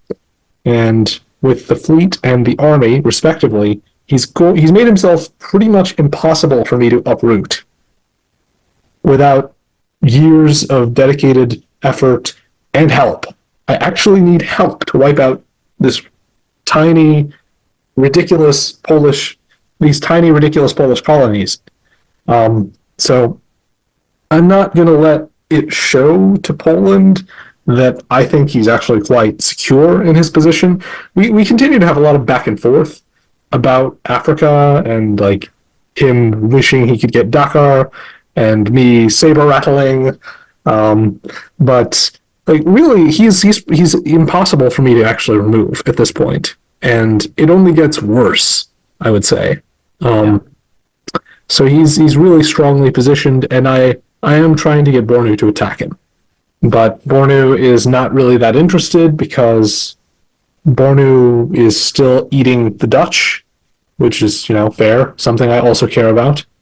So because I am not powerful enough to actually attack Britain directly, and I think Spain is basically a British ally, I decide to attack Spain. Next best thing. Next best thing, exactly. If Spain is going to be helping Britain in North America, then instead of attacking Britain in North America, then I am going to wipe Spain out insofar as that's possible. I'm going to target the Spanish colonies in South America along with the Mapuche, who are already kind of egging me on to fight Spain. I'm going to take the capital of Madrid. I'm going to see about trying to take these African colonies if possible, although I think it's a hard lift. You can tell by my fall moves, I did not think I was going to be attacking Spain this year, but I position myself as well as I can for that attack now that I've decided to do it with the builds. Yeah. And I'm going to be encouraging you and others to go after Spain in Southeast Asia too. Well, it just so happens that at this time, actually, Japan has a lot of fleets free and not much to be doing with those fleets. So, make it your wish. Sounds like you didn't need much encouragement. Almost like my original strategy was to take the Philippines and anchor myself there. Well, very mysterious. These things just happen. Yeah, it's just dominoes just falling into place randomly. It's just cause and effect. It's no agency to it. These things, sometimes they just happen. Not much we can do about it. Yeah. In other development, Russia slowly losing ground to the Qing, but focusing his builds on fighting Poland, who is also building several armies in the Polish homeland, clearly Russian-facing builds. And you can tell this is going to be a war for, as long as Russia can sustain it, honestly, we'll see. But, Poland has the allies that are needed to win this, I think, because the Ottomans will be on their side. That's the downside of Russia deciding to take a knife to the Ottomans in year one, is that now you have a rather annoying enemy. Yeah, because even though the Ottomans have lost a lot, have been losing and retaking and losing again home centers, they're still a formidable enemy to have. I wouldn't want to be fighting the Ottomans unnecessarily if I'm Russia or even Abyssinia or Safavids. Abyssinia is doing quite well off of it, but the Russians are definitely going to regret that. Yeah. Also, the Ming build-only armies and the Qing build-only armies, which proves that I'm continuing to be working closely with my fellow Asians. Yeah, I can't help but wonder, does this make either of them nervous about each other? Well, to be honest, that's not quite my concern anymore. I'm just waiting until one of them wants to stab the other, and until then, I'm just kind of sitting silently. Because I tried on both of them to be like, hey, we should set up a stab on the other guy. Both of them are kind of like, not really interested, maybe later. They want it to be very constant and sweet. Mm-hmm. Other news, the Dutch make a bunch of destroys. They're not very logical destroys, honestly. The Dutch destroy this fleet in Josa, which I was not going to place myself in a position to force it because I'm fighting the Congo. So this fleet could have held Josa by itself perhaps for years, but now I'll just walk in the next season or two. He also blows up fleets in the Indian Ocean and in Indonesia, but leaves the one in the Philippine Sea because, I don't know. Yeah. Yeah, exactly. And destroys a fleet that was right off the coast of my South American holdings. That's why I built a fleet here. I assumed he would continue to prosecute this fight. But he keeps an army in Carib and one in Amazonas, even though that's two armies guarding one center. And you really need to cut your losses at this point and focus on attaining what you have. Yeah. He even destroys a unit in his home region, which I think is one of those potentially fatal decisions that could lead to your capital being occupied if you're not careful.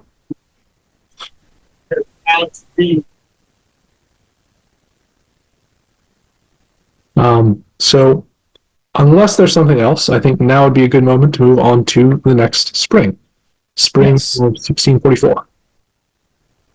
All right. Let's go to Japan and tell me what's going on here, Japan.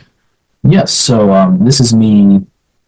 I'm setting up to stab Spain at this point, like openly. It's my goal because I want the Philippines. I also want Donny, which they happen to hold. So it's obviously very important to me. But what I'm also doing is I'm getting extra fleets into the North Pacific to make sure that I have the capability to strike back against Russia, who took Koryaks, which obviously he originally told me I was going to get. So I'm going to be taking that because it borders on the North Pacific. It's kind of my birthright, in my opinion, in this game. We're really embodying the Japanese foreign policy now. Yep. I'm here, so it's mine. That's how this works, guys. Okay. And I vacate Hawaii and move the fleet back over because I'm not anticipating any threats to be made to it from like Athabasca or Spain or anybody. Spain, because Spain doesn't see this coming. Spain thinks that like we're great friends, that we're going to be working together for a long time. And also Spain is honestly right now quite distracted. He's in a bit of a fight with other powers, say some green power named Portugal. And he just, who could say? But he just frankly doesn't have the time to look at all my moves and figure out exactly what my plan is. So just kind of trusts that I have only the best in mind for him. The sad thing for me is Spain and I were at the top in terms of supply center count, and I think also of how close we were to our victory conditions. We were either at the top or near the top at this point because we have 33 and 32 centers respectively. If we hadn't fought each other, I can't help wondering how much closer we might have gotten. If these units in the Philippines and Dani and in Indonesia, if they're all working together, just what might have been. What might have been indeed. Alas, it was not meant to be. Alas, that is not quite what's going on now. No. Instead, I am trying simultaneously to defend against the Dutch and also to position to help you to fight the Philippines. Yeah. And also, I am probably about to be attacked. At any moment, I'm concerned I could be attacked by any of a number of people, especially in Southeast Asia, where my holdings are very weakly held. So the Mughals, Ayutthaya, the Dutch, or Mapuche, they could all attack me if they don't think that they need whatever I'm providing anymore. And obviously, the Spanish are the main adversary, but I'm mostly worried about the others who might see me in Spain fighting and decide this is a good moment to interfere. The opportunists, as it were. Exactly. In diplomacy, sometimes you have to be an opportunist, and the people who behave that way are often pretty hazardous to those who are trying to execute their grand strategy. And It's tragedy. And I would definitely never be an opportunist in this game. excellent. Very good. I'm very glad to hear it. Elsewhere, I'm still just trying to do my dance of holding on as best I can to what I have in the Middle East and India. I actually make peace with the Dutch, or at least I'm verbally agreeing with the Dutch that we're making peace. And like I move away from him in India, and I'm not really attacking him in Southeast Asia anymore. I still move to be able to defend my stuff, but I figured I'm attacking Spain. I can't be at war with two major powers at once. And also, you've already gotten most of what you can get off the Dutch, anyways. So, Yes, to be frank, I did not offer to give him back any of what I had taken. I was basically, my thought was, you are fortunate that I am calling a pause because I need to I'm out. go and deal with Spain. If you're lucky, I won't finish you off later. But yeah, I'm happy to end that fight. I also wanted to end the fight with Congo. What I wanted to have happen, and what I'm trying to arrange, is I want to end up in control of Congo's capital, which gets occupied by Abyssinia here because Abyssinia finally joined the fight. I want to occupy it, and then I want to make Congo my vassal, and that way I get a boost to my official center count without having to continue to prosecute this war until Congo is actually defeated. Congo gets to continue living, and I can maybe send Congo to go and fight Bornu or Abyssinia or Ajuran. Probably not Ajuran, because I feel like Ajuran and I should be, tight for the rest of the game. I don't think there's any reason why we ever have to fight, given that I know the southern part of Africa is my power base, and that I don't currently have a lock on India. I'd probably go after India and all these Southeast Asian centers before I would ever think to turn on Ajuran. So that's in line with a good imperialist, a good colonizer of Africa. You're not going in there and taking everything over yourself. You're just walking up to the local ruler and saying, "Hey, can you do all this stuff for me, and then just pay me a little bit off the top?" Exactly. We have to delegate. Yes, and also put in as little effort as possible. Yeah. That's what I'm trying to do. I'm not trying to conquer all of Africa. I'm just trying to manage it. Yeah, you're really trying to set a foundation, lay a really solid foundation for enduring and lasting peace in the region. Exactly. Really, it's for their own good. Yeah, exactly. It's all well intentioned, and you can see that I am going after Spain a bit here, moving to be able to try and attack him. I bounce with him here, but if I hadn't, then I'd be able to guarantee Asuncion in the fall. I'm working on repositioning a bit, moving my fleets so that they can be more useful in the fight. And also, now that I've seen how you're taking over the North Pacific Ocean and how Britain took over the North Atlantic Ocean, I'm thinking I need to control the South Atlantic Ocean. And I have enough fleets that I could occupy all of its squares or all of its spaces, and no one would ever be able to take any of them from me. You're also taking the crucial step of coring St. Helena, which will give you two bases from which to build fleets directly adjacent to it, which is really important for establishing control. Yes, that is true. I wasn't even going to mention that, but I am coring St. Helena because that army is not going to do anything useful while it's there. And in my game, in my colonial capacity, I figured that if I'm not using the unit for anything else, I'm going to core it every time. And I did also think this will help me to control the South Atlantic Ocean specifically, but my policy gradually became, if my unit isn't doing anything else, it's coring. And I ended up with a lot of core centers by the end of the game as a result of that. And I do think it helps me in a couple of places, although it's also somewhat wasted in others. The most important area for me right now is what's going on in Europe and North Africa. And I am quite fortunate, I think, that I am attacked kind of weakly. Inefficiently? Yeah, inefficiently. Attacked kind of weakly, kind of inefficiently by Spain and by the British. And they don't work together at all. Britain supports herself into the Iberian Current and bounces me in Sea of Azores, so that unit just stays where it is. I am moving to try and attack the Canary Islands. Spain focuses on defending the Canary Islands and moves a unit, actually Marrakesh, away from Rabat, which, could feels wasteful. Yeah. Like in that area, you want to move your armies towards Portugal. You want to leave the Canary Islands to its fate. You don't have the fleets to defend it. You want to secure what you can. Yeah. And I think that one thing Spain realized that was clever was that, that he could actually defend the Canary Islands indefinitely if he, controlled access to that area. In convoy here, if he puts another unit in this space, Regibat, then he could keep me from taking the Canary Islands forever just because there's a bottleneck there. Like, I need a unit here in the Canary Basin, I need a unit in Sintra Bay, and I need a unit to cut support from this unit in Tigert Bay in order to take the Canaries for sure. So it's a really defensible position. I just think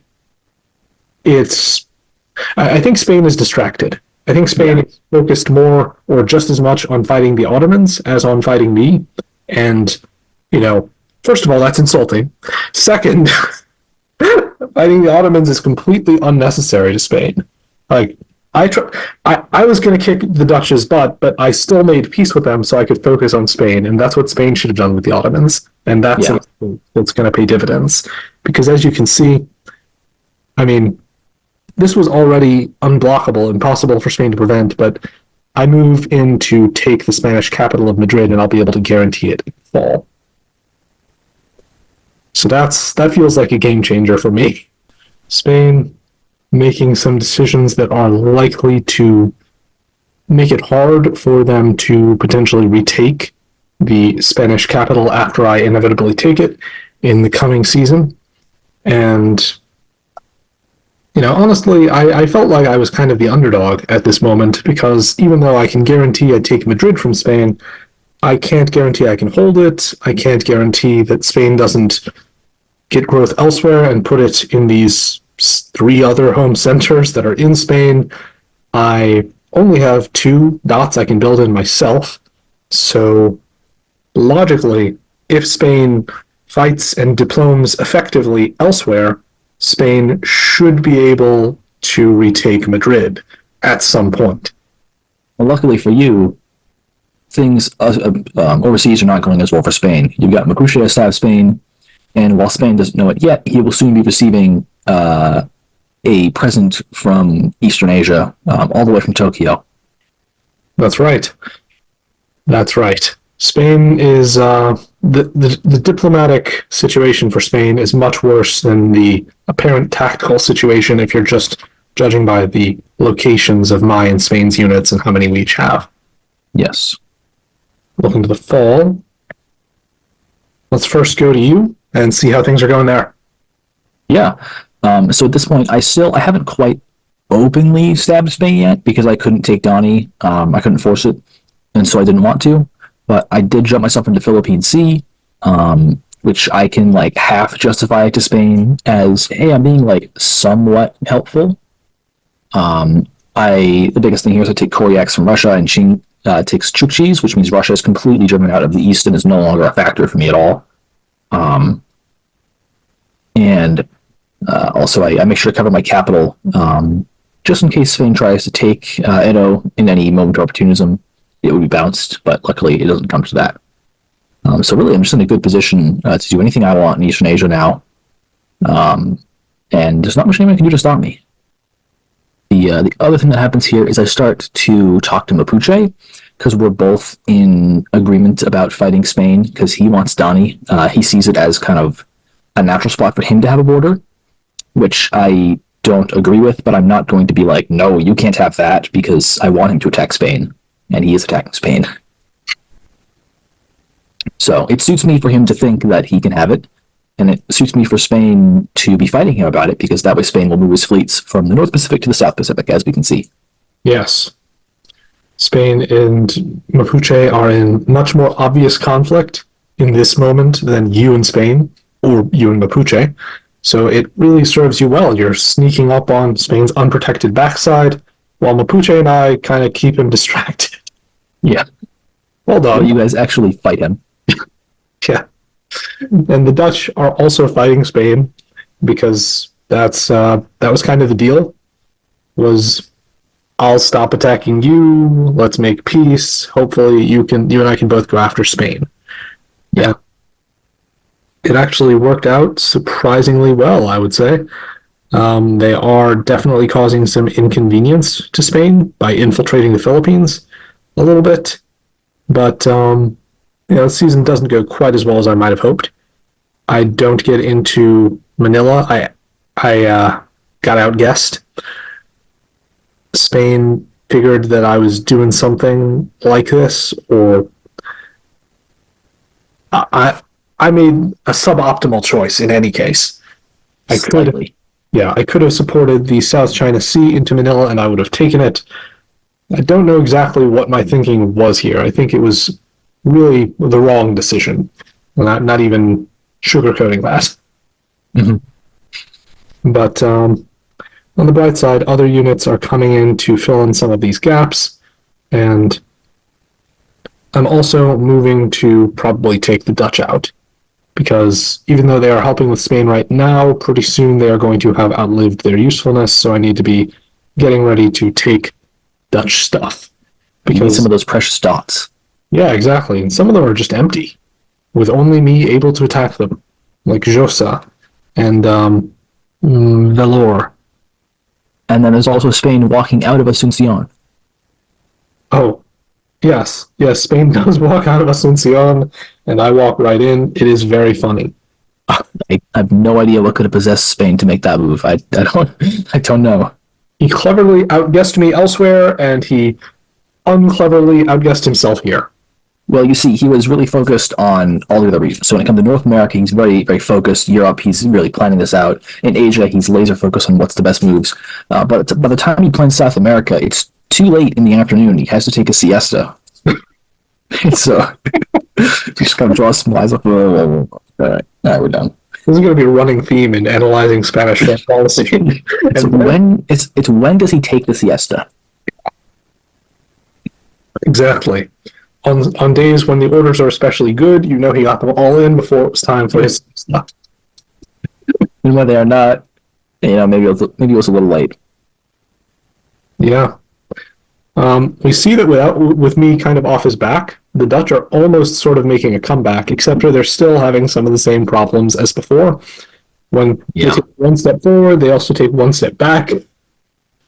And Poland is now attacking the Dutch long after I asked him to, after I'd stopped asking him to and didn't really want him to anymore. Very unhelpfully from my perspective. So the Dutch are losing Gold Coast and still losing centers to Bornu. And it's all of which just giving me more reason, honestly, to attack the Dutch. Yeah. It's less that they're going to outlive their usefulness and more that they're just going to die. And not give any benefit to me. All the other players their stuff. Well, it's like Austria during the partitions of Poland. Like, Austria didn't really want to participate, but like everyone else is getting a slice, so why not me too? Exactly. You have to be mindful of what's just for yourself. Even if you don't want to necessarily be a stickler, it's better to consider what you deserve and not just sit back and take whatever might be offered to you if you didn't say anything. Yeah. I thought that I had reached an agreement with Congo, with Ajurin, and with Abyssinia that was going to lead to me occupying the Congolese capital and turning them into a vassal. And instead, all of them move quite differently than expected. And this is also around when the Ajurin player is replaced, I believe. So, yeah, I can check on that. Either he is outright replaced or he's substituted with someone, who ultimately does become the permanent Ajuran player. But there is a big shift in foreign policy when Ajuran is replaced, and it kind of goes right past me. I don't see it coming at all because I had a pretty good relationship with the previous player and thought that we had an understanding that would keep us on the same page for longer than this. Let's see. So at this point, Ajuran stabs me. Yes, there was a substitute for Ajuran. Let's see, what year is it? What year is this one again? 1644? Yeah, right here. Yeah. So this new guy, he decides to kind of tear up the paper our alliance is written on. Doesn't tell me about it, of course, naturally, and he does get to sucker punch me as a result. I didn't bother supporting my unit in Kilwa in place. Even if I had, Congo was cutting support for him, so I lose that center that was about to become another cord center. Mm-hmm. And he also moves into the Mascarene Sea just as I moved away from Sakalava, so he's likely to take my island center here. And this is also at a moment when I moved my units out of the Indian Ocean, where they could have been helpful to me against Ajuran. You can tell I was really not thinking to fight this guy. Yeah, this was a bad time for a new player to decide that you were going to take a knife to the back. A real bad time. Man, yeah. That knife. There's one thing I will say is that if you play enough of these variants, you'll figure out which players are likely to be subbed out for. And I'm not saying that I would ever let someone's reliability as far as how long they stay in games influence my alliance choices, but I definitely try to choose players who stick out games as my allies. That makes a lot of sense to me. And I do wish I'd done that here, because having him subbed out was I think that it's a real domino effect after this. Like, Ajuran is the first power to really stab me, besides Britain taking a single dot off me. And once Ajuran does it, and also works with Congo at the same time, Africa was supposed to be my sort of safe home base. It's in the middle of all my holdings, and it was supposed to be a place of peace and refuge, relatively speaking. I was this close. I really believe I was this close to making it my fortress, the Portuguese fortress, which would supply New Portugal. Yes, New Portugal, which would supply fleets to the New World and to Asia as needed. And I think that making Africa into a great center of growth for Portugal is very important to the strategy you have to bring to this particular power, where, Africa is one of the places where you're strongest. So yes. I feel like when Congo and Ajuran go after me together here, it is almost giving permission to everyone in East Asia, in India, and elsewhere to stab me as well. And so, yeah, after this, I feel like I've lost sort of an aura of invincibility. Although I believe that the news isn't all bad for you here, despite being stabbed in Africa quite a bit, quite severely. Britain takes this moment to, I think, drive a knife into France's back. And so, yeah, really quite a knife right there under France's back. And that means that, luckily, despite you having to fight Spain and now fight in Africa, you're not going to be wholesale partitioned by, like, Britain, for example.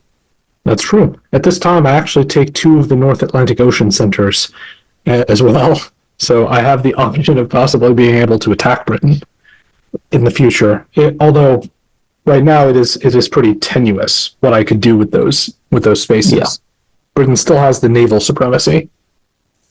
So you're enough that you'd force Britain to devote quite a bit to fighting you now, because she honestly, I think, overextended herself here, in my opinion.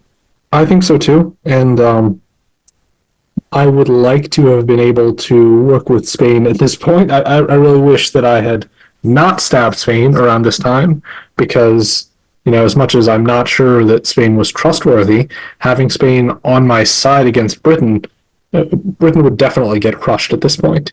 Yeah, well, there's a couple more fleets, Britain would be wiped off the map. Yeah, exactly. And, the result of me being at war with Spain is pretty bad for both of us. Mostly for Spain, but it's not great for me either. Mm-hmm. I do think that some of it is also enabling some of what's going on. Well, let's move on to the builds. And we'll first talk about what you built. Yeah, so in a shocking turn of events, I constructed one more fleet. I never could have seen it coming. What could have possessed you? The problem with playing Japan in this variant is that because I'm allied to Ming and Qing, I have literally no reason to build an army. If I ever build even one army, the question in both their minds is going to be, is he going to stab us next turn? Yeah. So I just can't build armies. Yeah. Which, I mean, it's a reasonable fear to have, but it's still kind of annoying that I can't build any armies to prepare to stab them. Yes, indeed. If you want to build an army, you're going to have to go far away. You're going to have to core a center in Australia and build your army secretly down there. Yeah. And now, Japan, I saw you built an army in Australia. An army in Australia? I don't know. Maybe you're just like thinking wrong. You looked at it, you didn't look at it right. It's going to South America. That's it. Yeah, I mean, I'm just planning to expand Asian civilization overseas. Also, by the way, just a little thing. At this point, Ming and I, and to a lesser extent Qing, but we never really had three-way conversations after this. But Ming and I took to calling all other powers in our press barbarians. So it'd be like we are the two civilized emperors, and like we're gonna, enlighten the barbarians of the world. All the good stuff like that. Yeah, I think that's very funny. We were the civilized emperors, and there were, of course, a lot of barbarians infringing upon our rightful territory that we had to cleanse. Come just to which powers around us are barbarians, but I guess we'll see. Yeah, I think it's good to be able to call the powers around you barbarians. When you're able to also force them to leave. If you're ancient Rome, you might want to be more careful what you call the powers. They might, take offense to that type of thing. Maybe they might wind up. They might show up in your living room at some point. Yeah, their, animal skin clothing and their clubs and their swords and their pants. What'd you call me? Their pants. Yeah. Oh my god. Yeah, those barbarians inventing such weird clothing choices. Mm-hmm. I see you constructed an army in Lisbon. Yeah, and Spain also constructed an army, I think, or maybe convoyed it, because I didn't see the mark of a newly constructed army. But Spain also... That would have been convoyed, yeah. Spain has also put an army into Valencia, but, the fact that I build an army here, you can just tell that I am taking the fight with Spain the most seriously out of everything that's going on. Because I think it is the most serious. Yeah, and also because Britain has just gotten herself embroiled in a huge conflict and won't be able to fight you very effectively. That's true. At any moment, I could retake Azores, and Britain should not be able to prevent it because there are only 2 British units bordering the one that's in Azores, and I have 4. So unless Britain, cuts support from both of these with some of these units that are around the North Atlantic Ocean, I should be able to retake Azores. But, maybe Britain will cut supports because it's just fun to troll Portugal. I don't know. I mean, I think I was pretty clear. Britain and I had some negotiation after she had taken Azores, where I said, this is pointless. I'm eventually going to retake it. Do you really want to start a war with me? And at a certain point, we were talking, and it was like, well, what would it take for me to end the war? And I told Britain that I want Azores back, and I don't want you to have a monopoly on North Atlantic Ocean anymore. I want to have 2 of my units there too. And Britain said, that's a deal breaker, that's non-negotiable, and you see, we end up with 2 of my units in North Atlantic Ocean. So Britain goes, I am altering the deal, and you say, nope, you're not altering the deal. The deal is struck. I'm altering the deal. Yeah. I'm forcing the deal whether you want to do it or not. Yeah. You will sign this piece of paper. Either your brains or your signature will be on this piece of paper. And I'm satisfied with either choice. Yeah, I can go either way. Um, but yeah, Spain. I think Spain didn't have any builds exactly, but does now have that army in Iberia, which is very important for Spain. Yeah. Oh, Spain had to destroy here, so that proves no builds. The fact that Spain now has an army in Iberia is important because otherwise, like, I would probably eventually overrun the Spanish position and take over Iberia completely. And And once you do that, you're good. yeah, Just take the Mediterranean. yeah, just take the Mediterranean. That's right, because Spain already did the job of breaking Ottoman power there. With a sledgehammer, no less. Yeah, the Ottomans they really took it.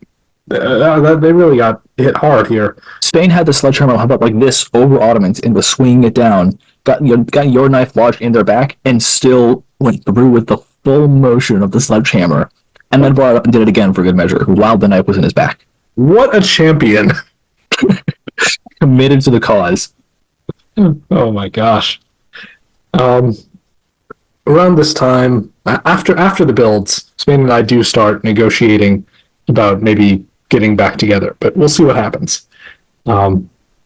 Spring of 1645. Why don't you tell me what's going on in your neck of the woods? Yeah, so at this point, Spain kind of figures out that I'm coming for the Philippines. He's given it more thought, probably, and been like, oh, that's what Japan wants out of all this. But rather than like trying to fight me over it, he offers to support me in so that the Dutch can't get it, which I'm very happy to accept, obviously, because it's free dots. I like dots. They're very nice. The other thing that happens is I say, like, if we're going to fight over, Philippines and Donnie and whatever, that if he keeps his fleets in the Americas and doesn't bring them over here, that I won't go and attack his American colonies. I made a similar deal with another Spain in Revolution Diplomacy when I was America, and that benefited me a lot because, it prevented an escalation, which would have only been bad for me. And I get the same thing going on here because I never intended to go and attack Spain's colonies in the Americas. That's crazy. Like, I gained nothing from that. But Spain seems to see it as enough of a risk when I threaten to do it that he's like, okay, hands off, I'll let you have it. The other thing that happens is I take Donnie myself. Mapuche had asked for support into Donnie, and I had kind of ambiguously said, yeah, sure, maybe. Some like vague, non-committal response of, yeah, we'll work together against Spain. But I don't help him, and I take it because I'm not going to let him have it, obviously. That's my center. That's my dot. You cannot have it. Hard to feel. Other than... Sorry, what was that? I was just saying, hard to feel that sorry for him. Honestly, Yeah. Kind of really slow walked his involvement in the East Indies. Mm-hmm. Other thing that happens here is Ming decides that the time has come to remove Portugal from Eastern Asia, and that involves supporting a Japanese fleet into Luzon Strait, which helps me get the Philippines. So I say, yes, please, let's do that. And so we do that. I understand you were under some duress. I appreciate your position. There was nothing I could have done to prevent that, so cooperation was the best path forward for me. Ming probably had a cannon to your head. Ming, it's not like a cannon, really. The support offer to Luzon Strait was Ming, like, holding up a pouch of gold and being like, here you go, here's a bribe. Look the other way while I take this one out back. Yeah. Oh my gosh. I kind of understood. I wasn't really surprised that Ming decided to go this way. And, I knew that my little tenuous hold here was never going to be very secure. So, unless I actually got someone to attack Ming with me. And or I expanded into Ayutthaya, which was something I wanted to do, but didn't seem likely to happen since Ming was more interested in attacking the Mughals. The other thing is that you and I had never concretely discussed this, but I got the feeling based on a lot of my press at the time that you had wanted to take at least one center in the Philippines as gains for your East Asian colony, which I understood, and if I was Portugal, I'd want that too. But I also was in no way willing to have any centers in the Philippines because I just saw that as something that I really needed. It's like a wall protecting the Japanese mainlands. Exactly. It's something that we really need and that should belong to us at all times. which is a typical Japanese foreign policy aim when they were, an empire. I'm sure Japan would still enjoy having the Philippines. This is true. It's very useful. Yeah, and it's got many millions of people too, lots of labor. So this is another domino that's falling. I'm losing a lot of ground here, and just generally in a fair bit of trouble. I do manage to take a Dutch center, or at least to walk into a Dutch center. I don't think I'm going to hold it because the Dutch also get dislodged from here, and I think that they're going to retreat to this sea space where I just was and retake their center in the fall. So I am just getting really knocked around in Southeast Asia and not really gaining very much. I do take this Dutch India dot, and I'm happy about that.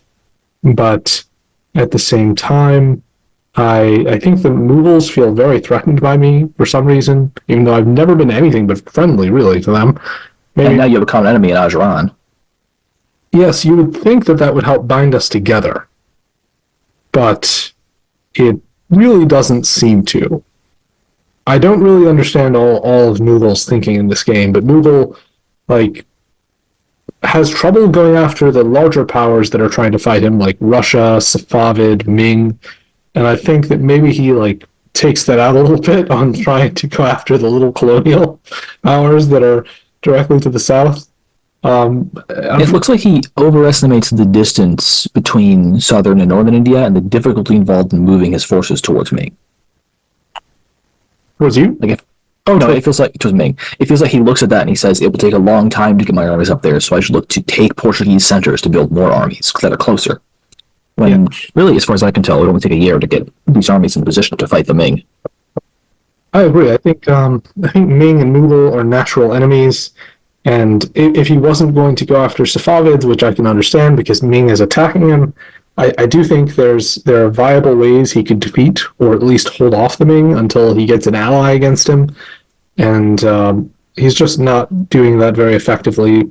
Not all these armies are doing anything really helpful against Ming, unfortunately. He's going after this last Dutch center, which is fine because he does have a center that needs protecting here.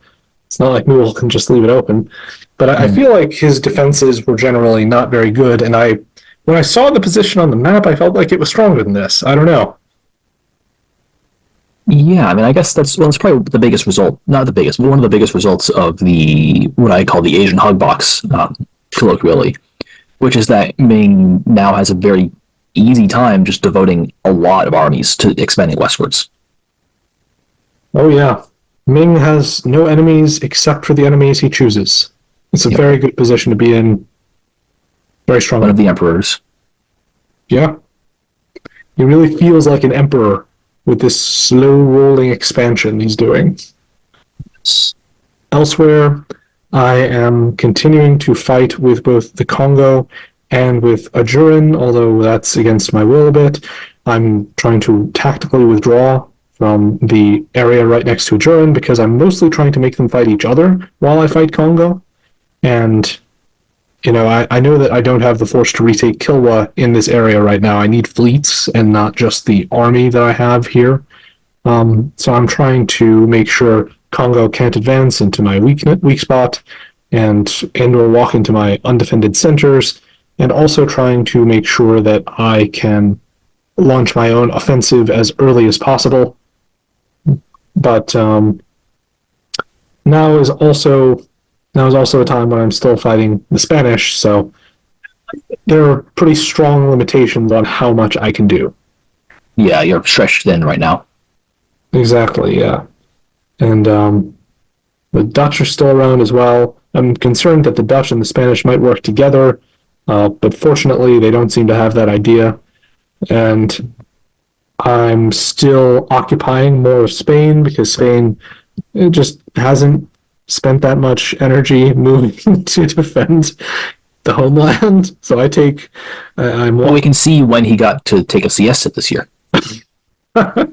Yes, it was very strange to me how much Spain's siestas seemed to coincide with his homeland's defense. I would think you would plan that first rather than last. Yeah. But no, it seems like that's not the top priority. I guess he was saving the best for last, but that's really not a good strategy when near the end you start to long for, a siesta. Exactly, exactly. The bright side, we have Poland still basically ignoring my undefended center of Dhaka for now. And we have France and Britain still, I believe, fighting each other, with Britain, you know, going pretty harshly against France. Yeah, the longer this fight goes on, the worse it is for France, I remember. Yeah. Which is funny. France just isn't in a position to do anything about this. Yeah. Earlier in the game, I felt as if they fought, France had a pretty good shot, but France wasn't interested in fighting Britain when Britain attacked me, and France wasn't interested in fighting Britain earlier than that when the Dutch colony was still there. The problem is because Britain is closer to the Atlantic on both sides, Britain will naturally have an easier time deploying her forces in the right spot. So France needed to stab before Britain was ready, but he did not, and so he paid the price. That's a very good point. I think that probably just sums it up, yeah. Do you think that the French position is naturally weaker than the British position then on this map? I think if you play France, your position is going to be weaker in an alliance at all times as soon as Britain consolidates.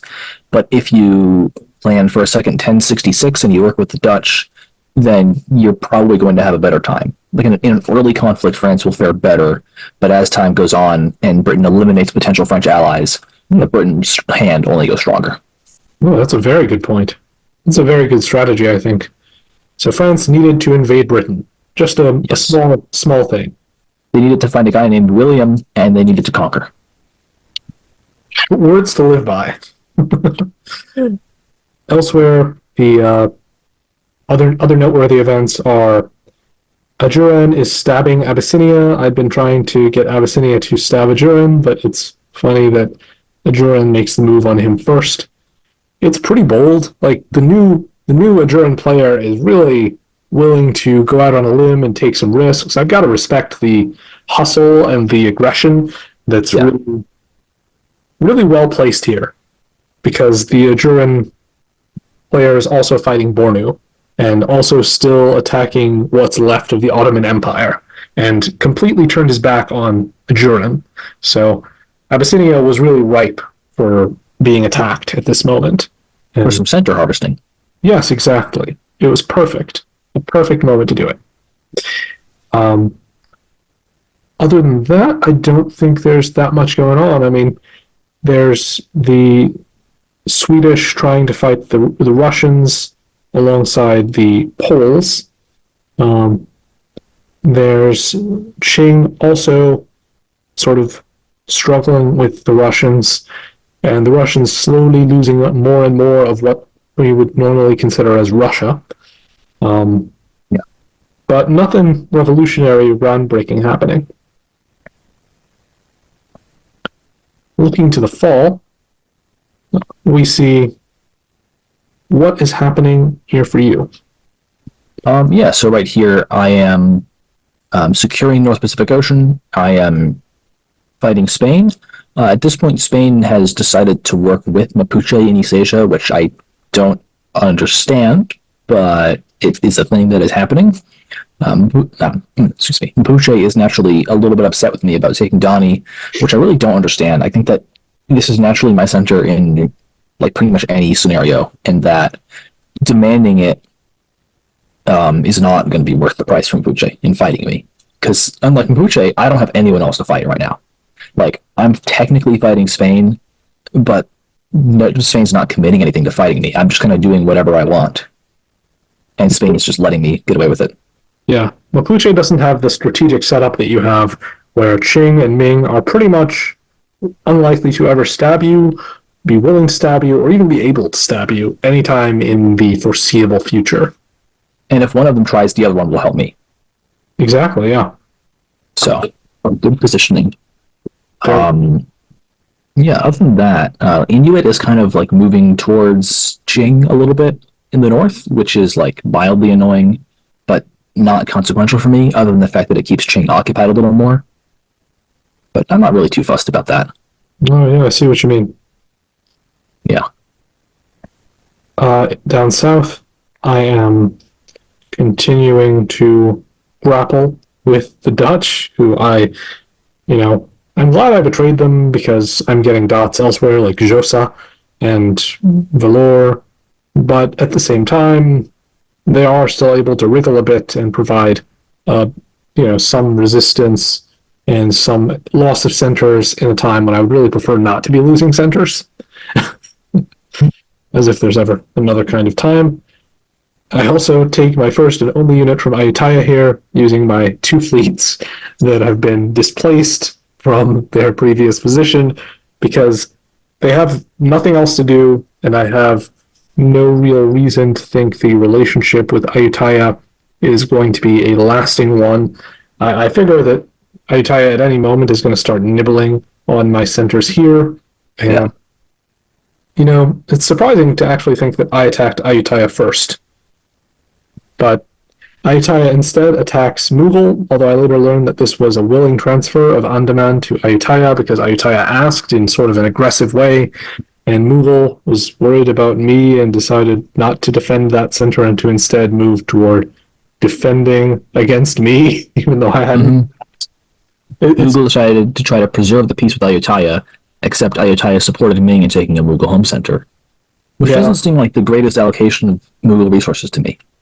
There are just a lot of unfortunate situations Mughal finds himself in, and gets himself into in some cases.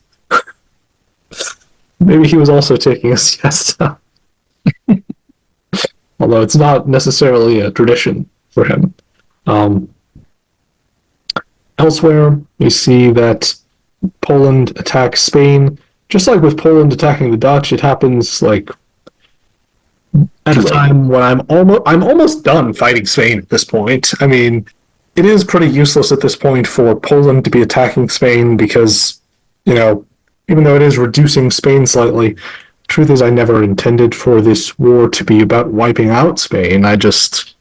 I want to take what I can from him in Iberia, South America, and maybe to a lesser extent Africa, although I'm not even getting the Canaries so far. So Poland attack. It wasn't a concerted attempt to defeat Spain. It was just to try to become bigger. It was a limited war. Yeah.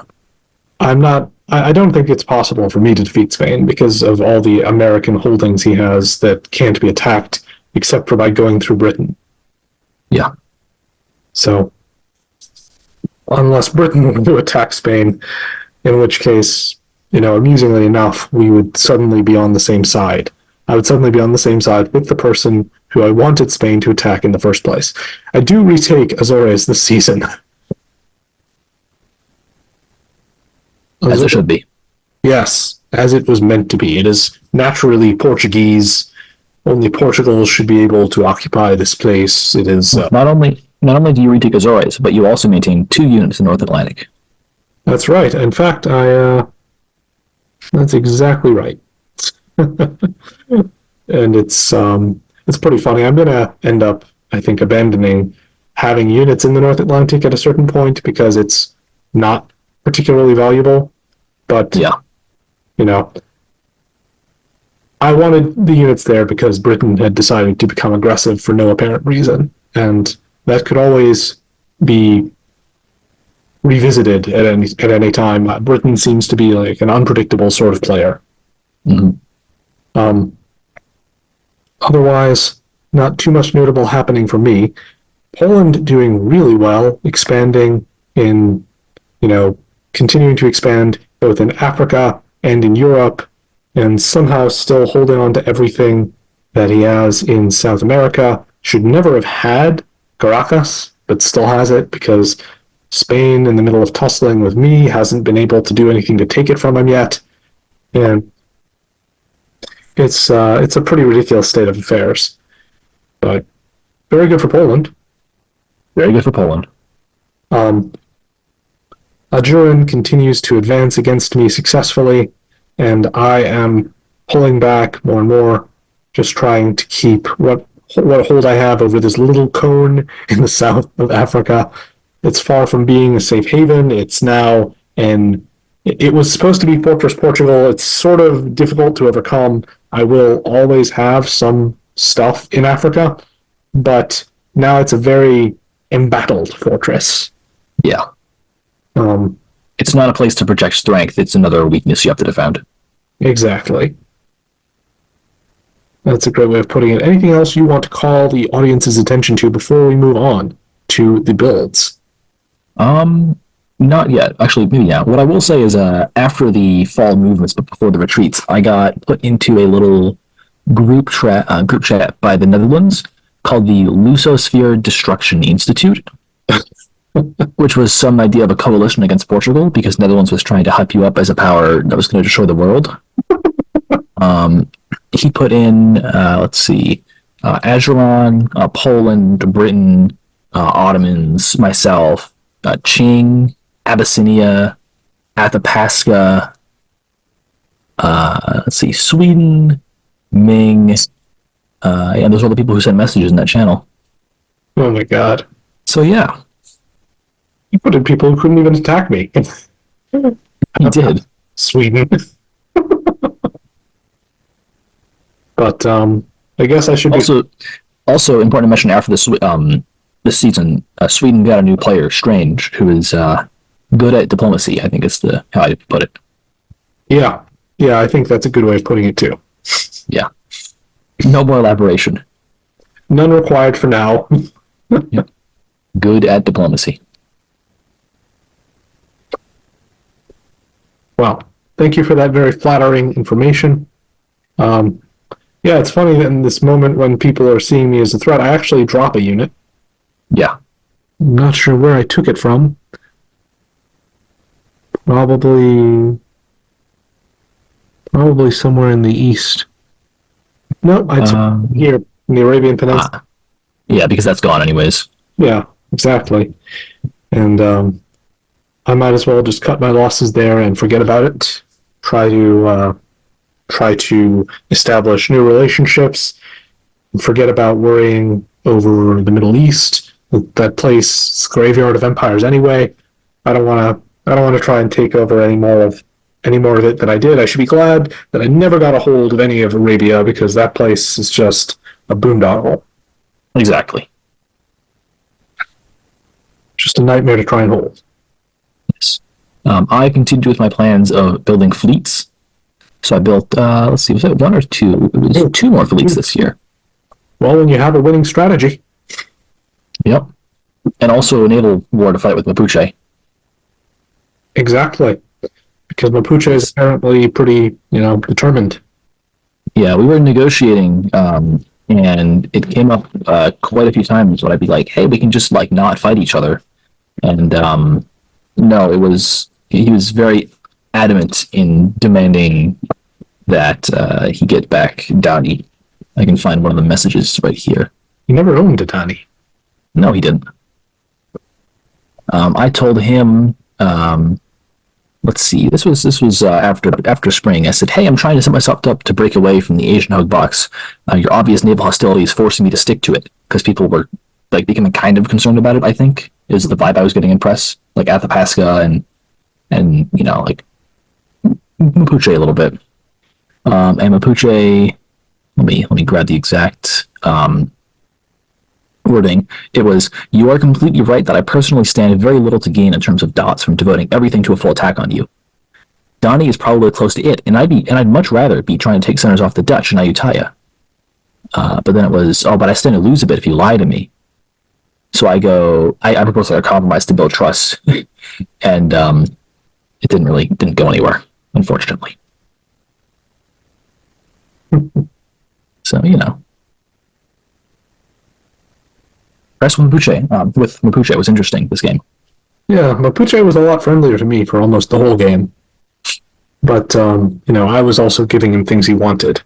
Yes. Spain, let's go kill Spain. All right, I'll do it. Yeah. Why not? No reason not to. I'll help you out. You seem like a reasonable fellow. course, at this moment when people are apparently starting a chat against me, Polish-Lithuanian Commonwealth is more than halfway to victory, somehow. Yes. So whereas I have actually lost a center or lost a net unit this year, and I'm just a little bit further away from my very distant victory condition. I need 31 more centers, which is more than almost anyone, besides powers that are dying, like the Dutch and the Ottomans. So I really don't. I'm really not feeling like much of a threat to the human race right now. Yeah. I in the group chat, I was like, oh yeah, I'm ready to assist, despite not being in any position to assist, because the longer people are thinking about other powers being a threat, is longer they are not thinking about me being a threat, which works for me. Yeah, I think that makes sense. Despite the fact that Portugal was absolutely not a threat for world domination, and Tokugawa could absolutely not do anything to stop Portugal if they were a threat for world domination. There's no reason not to encourage others to address that threat, because it might mean turn their backs on you. Listen, Ayutthaya, this Portugal guy is a big menace, and I think you need to move all your fleets towards him as quickly as possible, for no particular reason. Very wise. Very good counsel. Also, Mapuche builds a fleet in Australia this season because he didn't have enough fleets in this region to properly compete with the might of the Tokugawa. Yeah, he's really getting into it. He's got a fixation on you. Yeah, turning you. I need this one center in New Guinea. No, you don't. Give it to me, or it's gonna be war, and you're gonna lose the war. Okay, I mean, if you really want to, we can tussle, but I don't have anyone else to fight, so I will live. He just has to be patient and grind you down for the next 50 years. Until he can finally invade the Japanese mainland. Yeah, I don't know about that plan, Mapuche. Sorry, buddy. Spain, disbands all over. Yeah, we have a reconciliation at this point. I believe, I think that's part of why he disbanded here in Latin America, because he's making peace, or trying to, with me and Mapuche, because they're, other fish to fry. On the one hand, this peace that we ultimately make, it doesn't really give Spain a strong position again. Spain doesn't even try to negotiate to get the return of Madrid or Barcelona. He understands that stuff's all mine forever now. Although, it's possible I would have been reasonable and exchanged them for other comparable dots, but he doesn't try to. And on the same token, he is not open to the idea of becoming a vassal of Portugal, even though, or actually, I think he was initially open to the idea of becoming a vassal. I think that one of the ideas we have when he's destroying stuff right now is maybe Mapuche and I can acquire a little bit more of his stuff in the Americas and what little he has left in Asia, possibly. And maybe we could reduce him just enough that he could actually become a Portuguese vassal. And I think that that's something we are talking about right now. Which is very interesting to me. I was very interested this whole game in the idea of possibly acquiring a vassal. We'll see if that ever actually happens. Any other interesting builds you want to talk about? Not really, I don't think. Qing and Ming continue to build armies in line with the Imperial, the Asian hug box, as I call it. The Dutch very sensibly destroy their last 2 units in Africa. Yep, the Dutch are all but gone, as they should be. The Dutch have even lost their capital, I believe. Yeah, lost Amsterdam. And they actually destroyed their last unit in Europe, which effectively means they are losing the opportunity to even possibly retake it. Yeah, it's over. Well, very sad for the Dutch. Moving on. Moving on to... And nothing of value was lost. Nothing about what? Nothing of value was lost. Exactly, nothing of value was lost. From your perspective, they were barbarians anyway, right? Yeah, I mean, they were just kind of in Asia, and then we said no, and they were gone. They got lost. Yep. Thankfully. So this season, I really see the beginning of your sort of struggle with the Mapuche because you're both trying to take the Solomon Islands, and nothing moves. Yeah. Spain is being interesting here. I think we're trying to put him in Pacific and put me, because Spain is like now cooperating with me against Mapuche, which is workable. But it's not really going anywhere. Luckily, I think that's what's happening. It's really hard to tell. Oh no, sorry, not yet. Spain is actually still hostile to me right now. Yeah. This is it. This is North Pacific Ocean. This is why I want to control the North Pacific Ocean. Is so that I don't have to look at this every season. I can just be like, oh, my units went here to here, not like here, support. Like no, I'm gonna keep it simple. But for now, I'm just on the defensive against Mapuche. I'm just going to make sure I'm secure before I start poking him. Because when I do start poking him is when I'll start pressuring him to make peace. Because if I ever get a unit into the South Pacific, I will be able to fling it out into, like, next to him. It will be annoying, and he'll be like, okay, whatever, we're done. I also keep securing the Philippines. I'm getting in position to finish that off now, which is really good. And I start to sandbag my alliance with the Qing a little bit. Try to cause some alliance tension, mix things up, because I kind of don't want to be allied to those two forever.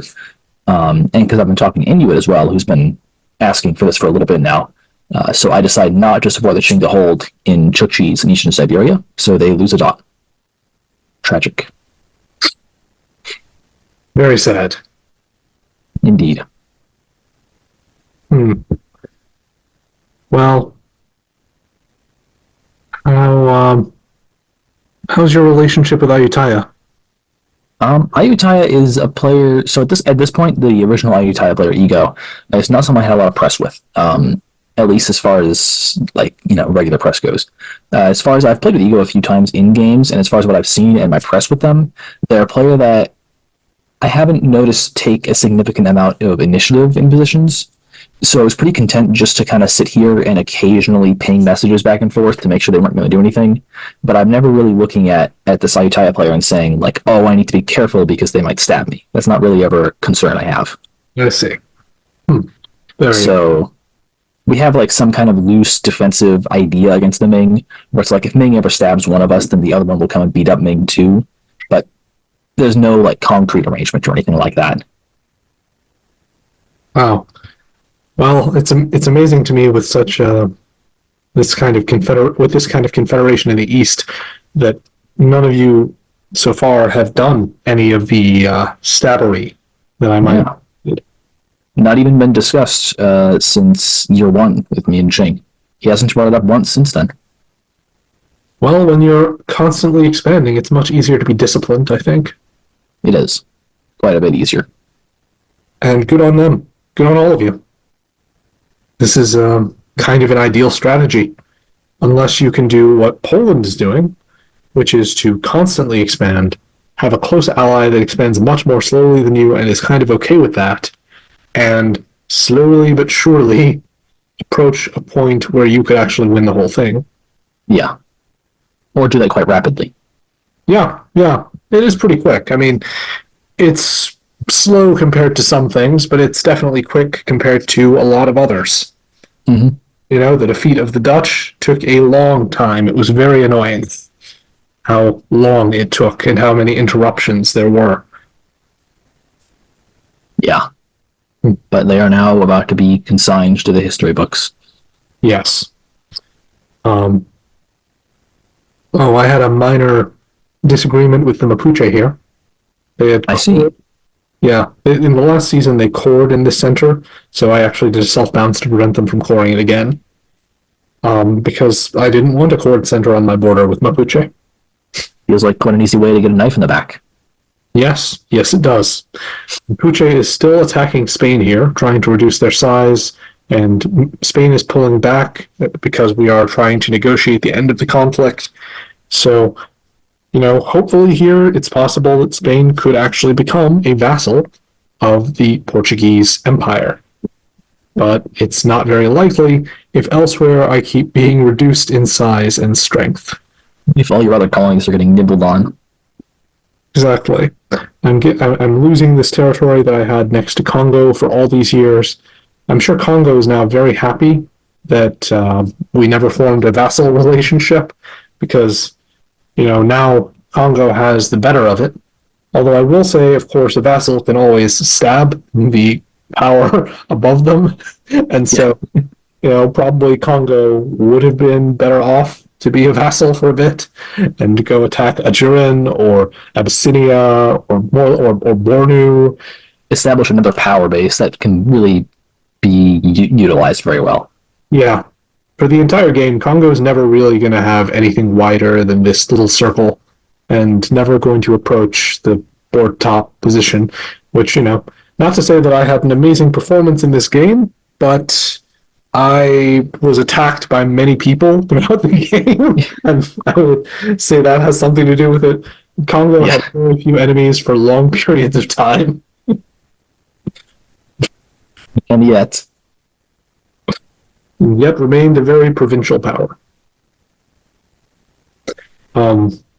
Anything else noteworthy going on that you want to mention? I noticed Athapon is taking over more and more of North America.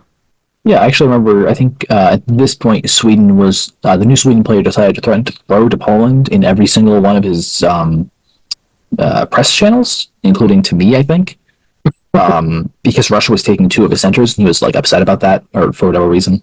I do remember this. I do remember that.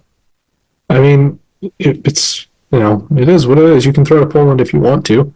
No one's going to be able to stop you. Yeah, but come on, you kind of just got to take it. Yeah, I think Russia at some point is going to threaten to throw as well. Yeah, I think so. Although at that point, Russia will be too small to actually effectively throw to anybody. So yeah, who cares? Who cares what Russia does? This is Russia. What a runt. What even is Russia? I just see Qing. I don't see Russia. I just see Qing, future Qing real estate, Polish property, Polish oceanfront property. Yes. Oh man. Oh my god. I just see Qing and then a sea of barbarians as far as the eye can see. That's a great synopsis. Thank you. All right. Let's move on to the fall. 1645, rather. And it looks, you're still being sort of feebly attacked by Mapuche. He does get into one of your sea spaces here, so you better be shaking. And he lands right there. I'm not really too concerned at this point because I get 2 more builds out of the Philippines, which is pretty nice. I get another unit in North Pacific Ocean. And now that Mapuche has actually entered North Pacific Ocean, I'm going to take the gloves off next season and start actually pushing against him to make him kind of realize oh, I shouldn't be screwing with the guy with 13 fleets. And hopefully that message gets across. I also support Qing in the north to try to get a center back, but at this point I've effectively sandbagged it so that he can't, even with my support. So I get to look like a good ally, be like, no, I forgot to support you, okay, but I'll do it now and prove to you that it was just me being forgetful. When really, I wasn't forgetful. It was I just chose very carefully when to take my siesta, unlike other powers.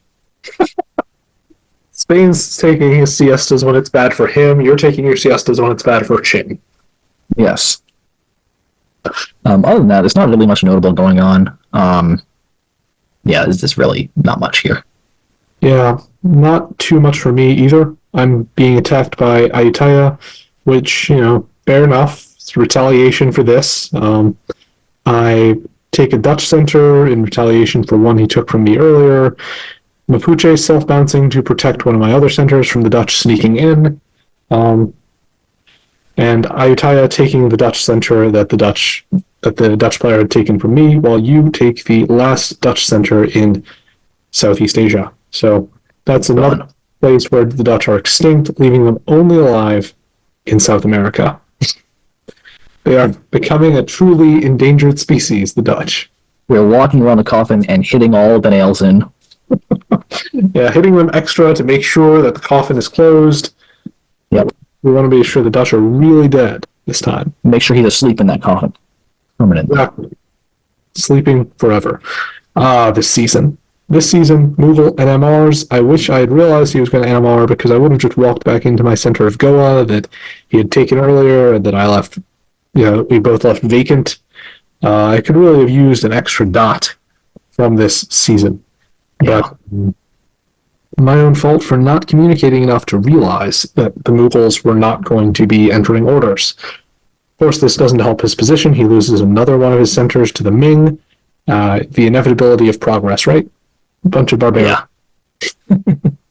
It was meant to be. Yeah. I lose a home center to the Congo, which hurts a little bit. And I'm just hunkering down in an increasingly small corner of Africa, of the southern part of Africa. Yes. And it's not great. But at least I have this instead of the Dutch or Congo or Adjara. At least I have these few dots down here at the bottom. And at least in South America, my uncontested control over most of the continent continues to effectively spread. It's looking pretty good. Yeah, I'm now taking one of those last two Dutch centers, I think. No, he supports himself to hold, and it succeeds. Yeah, it's weird. This should be a red arrow. But yes, he does support himself to hold, and for now, he holds.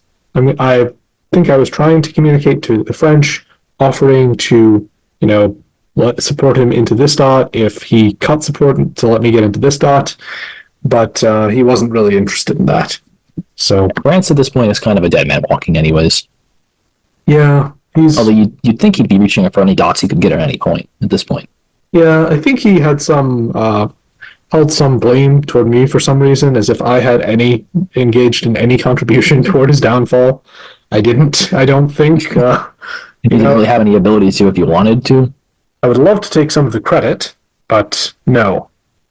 At this time, I believe I officially made peace with the British, and so as a result, even though the British have these 3 fleets in the South Atlantic Ocean, they start moving away instead of attacking me. And good timing. What? Good timing. It was very good timing. I was very glad that I chose the right moment for that. And Spain and I were supposed to attack mainland France here, but as part of an attempt at an olive branch, I actually moved back from the border with France, trying to make up with him. And so nothing ever really comes of the idea of attacking France together. I do take another Spanish dot here, though. So that was nice. Poland, trying to make up with Spain now that I'm not really after Spain anymore.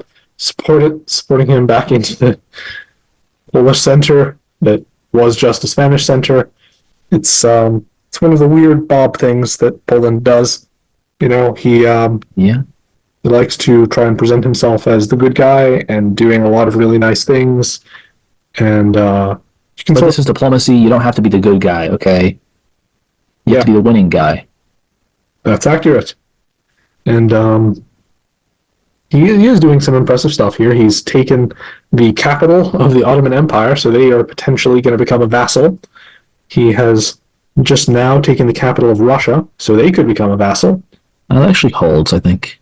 Yeah, Moscow holds. The arrow is the wrong color, but Novgorod got cut, but Don supported Moscow to hold. Yes, I see what you mean.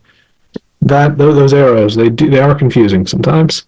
Sweden is going to Poland now, though. Yes, very unfortunate. Sweden trying to convoy into the Polish capital as well, but all the way around. Poland is convoying to Sweden capital. That's what I mean. Yes, Poland's trying to convoy into the Swedish capital. The red arrow suggests it should be failing, although I can't. It fails because Sweden has an army there that battles with Russia. Yes, I think it was probably supposed to succeed. Yeah. And the Swedish are deliberately giving up other dots, moving out of them so that they can be occupied by Poland. So Poland is doing a good job of being in the right place at the right time to really cement his position in this game. He's already well over halfway to victory, so Even if the only centers he got for the rest of the game were just all of the current Russian centers, he would win. He would be a winner. So that's pretty good, considering he's already getting a bunch of these Swedish dots. Anything else of note in this season, you think? I don't think so. Let's see. Acheron stabbed Abyssinia. Oh, yes. Yeah. Everyone had already sort of done that, but now it's for real. This time it's much deeper. But Acheron had already taken one of these centers from Abyssinia. Now Abyssinia is actually fighting back, but it's a little too late. And even though Congo is helping Abyssinia, it's Abyssinia should have stabbed Acheron back when I was trying to sell it to him. Yeah. Acheron is going to maybe conquer most of my stuff, and then what? Then where's he going? Abyssinia? Do you think he can really just take on Congo, or would it be easier for him to attack you? Because Congo has a lot more armies, I think, focused in this region. And Abyssinia has scattered his armies all over the place and only has, 4 now? And that's after moving some back that can be brought into this fight. Yeah, Abyssinia really spread himself thin here and didn't get many dots out of it. It was irresponsible, I think. Yeah. Of course, it's easy for me to gloat because I wanted him to attack Acheron, but of course that was also just mostly for my own purposes. Well, we can be self-serving and also correct at the same time. I strive to do both of those things at all times. See, you're here getting more fleets because one more fleet, or two more fleets. Sorry. It's like they say, you can't have too much of a good thing. Exactly. And also, if you're Japan, you can't build any armies, so don't even. That's a less commonly known saying, but equally true. Yes. The other builds, Poland got another fleet in his American colony. He's going to be pretty impossible to dislodge from there for the rest of the game, unless somebody new takes over and completely mucks up the position. But that's unlikely, of course. And otherwise, the only noteworthy events are a lot of destroys, mainly Dutch. Some Spanish. Yeah, Dutch and Spanish. That's true, and Spanish, as well as an Abyssinia unit that was completely out of position to be of any help. A Bornu unit that was in the core of Bornu's territory. An Abyssinia unit that was right outside of Bornu's main territory. An Abyssinia unit right on the front line with Acheron for some reason, because Abyssinia, almost immediately upon getting attacked, is ready to fold and give up the fight and become a vassal to the Acheron Caliphate. It's super frustrating. Yeah. Because, all the effort I put in trying to pressure Congo into becoming a vassal and going to war with the Congo for like 4 years, most of which time Congo was losing, and Congo managed to resist and to turn things around. Abyssinia has a glass jaw. As soon as somebody punches on the spot. Yeah, I surrender. Well, I think what we're really seeing here is that Abyssinia, we have a France in this game, but the France doesn't really embody France. Abyssinia is the true France here, okay? Someone walks up and walks into his house and knocks over a vase, and the first thing he does is, "Oh, I surrender." That's just quintessentially French. Oh, I didn't even realize that. You're right. The Abyssinians are just French. Now it all makes sense. The Abyssinians are the French of Africa in this map, apparently. The French in this game, they didn't surrender to anybody. They fought honorably to the last man and were honorably defeated. Or are being slowly but surely very honorably defeated by the British, and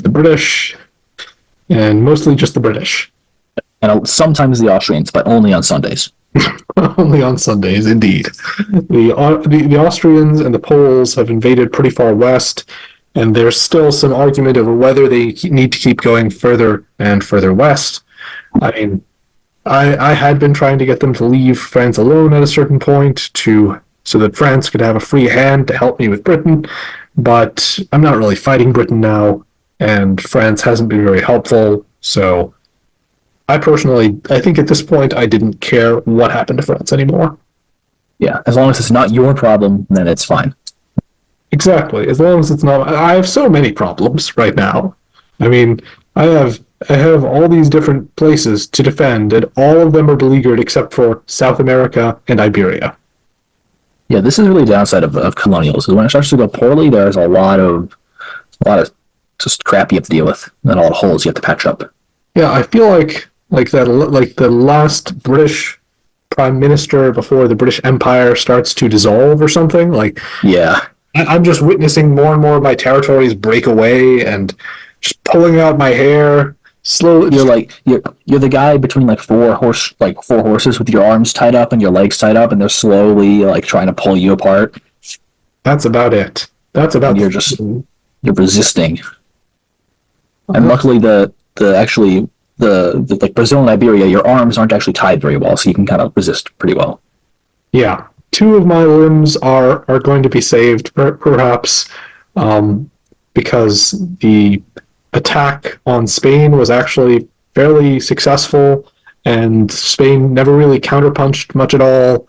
And in South America, Mapuche still hasn't tried to stab me while I was potentially vulnerable. In fairness, this territory is kind of defensible for me, and Mapuche is mostly fleets. Thankfully, it's a really serious mistake by Mapuche to be mostly fleets when Yeah, banking some builds and putting them into armies. Probably Mapuche could have conquered the Portuguese Empire in South America and taken over the entire continent and reached his win condition. yeah. I mean, I think building fleets is kind of a mistake whenever, because his main rival for fleets is always going to be me. But I'm always going to be building more fleets because all of my centers are islands, whereas he has the choice to actually be a continental power. Exactly. Yeah, it's not like you could go and march over the water to. I would never put armies into Manchuria and Siberia. I'm a loyal ally of the Qing. Monstrous to even think of doing such a thing. Yes. Well, I think that about wraps up the Yeah. year 1646. So it does. I hope you liked that video. And if you did, you know what to do. Like, subscribe, comment with your thoughts below. I would like to thank the patrons and the translators and also just the subscribers. Everyone who's still sticking around, remaining interested in this channel. I have to say, the future of it is not certain. It's possible I will not have time to make diplomacy videos at a certain point in the future. I have a new career path I've embarked on as a writer, and I'm also going to have other personal obligations in the near future that might prevent me from devoting much time to diplomacy. But I intend right now to always leave my YouTube channel up, maybe update it when I can if the commitment becomes too difficult to keep up regularly, and I hope it will always be a testament to my love of this beautiful hobby. There will be more videos to come after this, though, so look forward to those. Until next time, Florida Man out.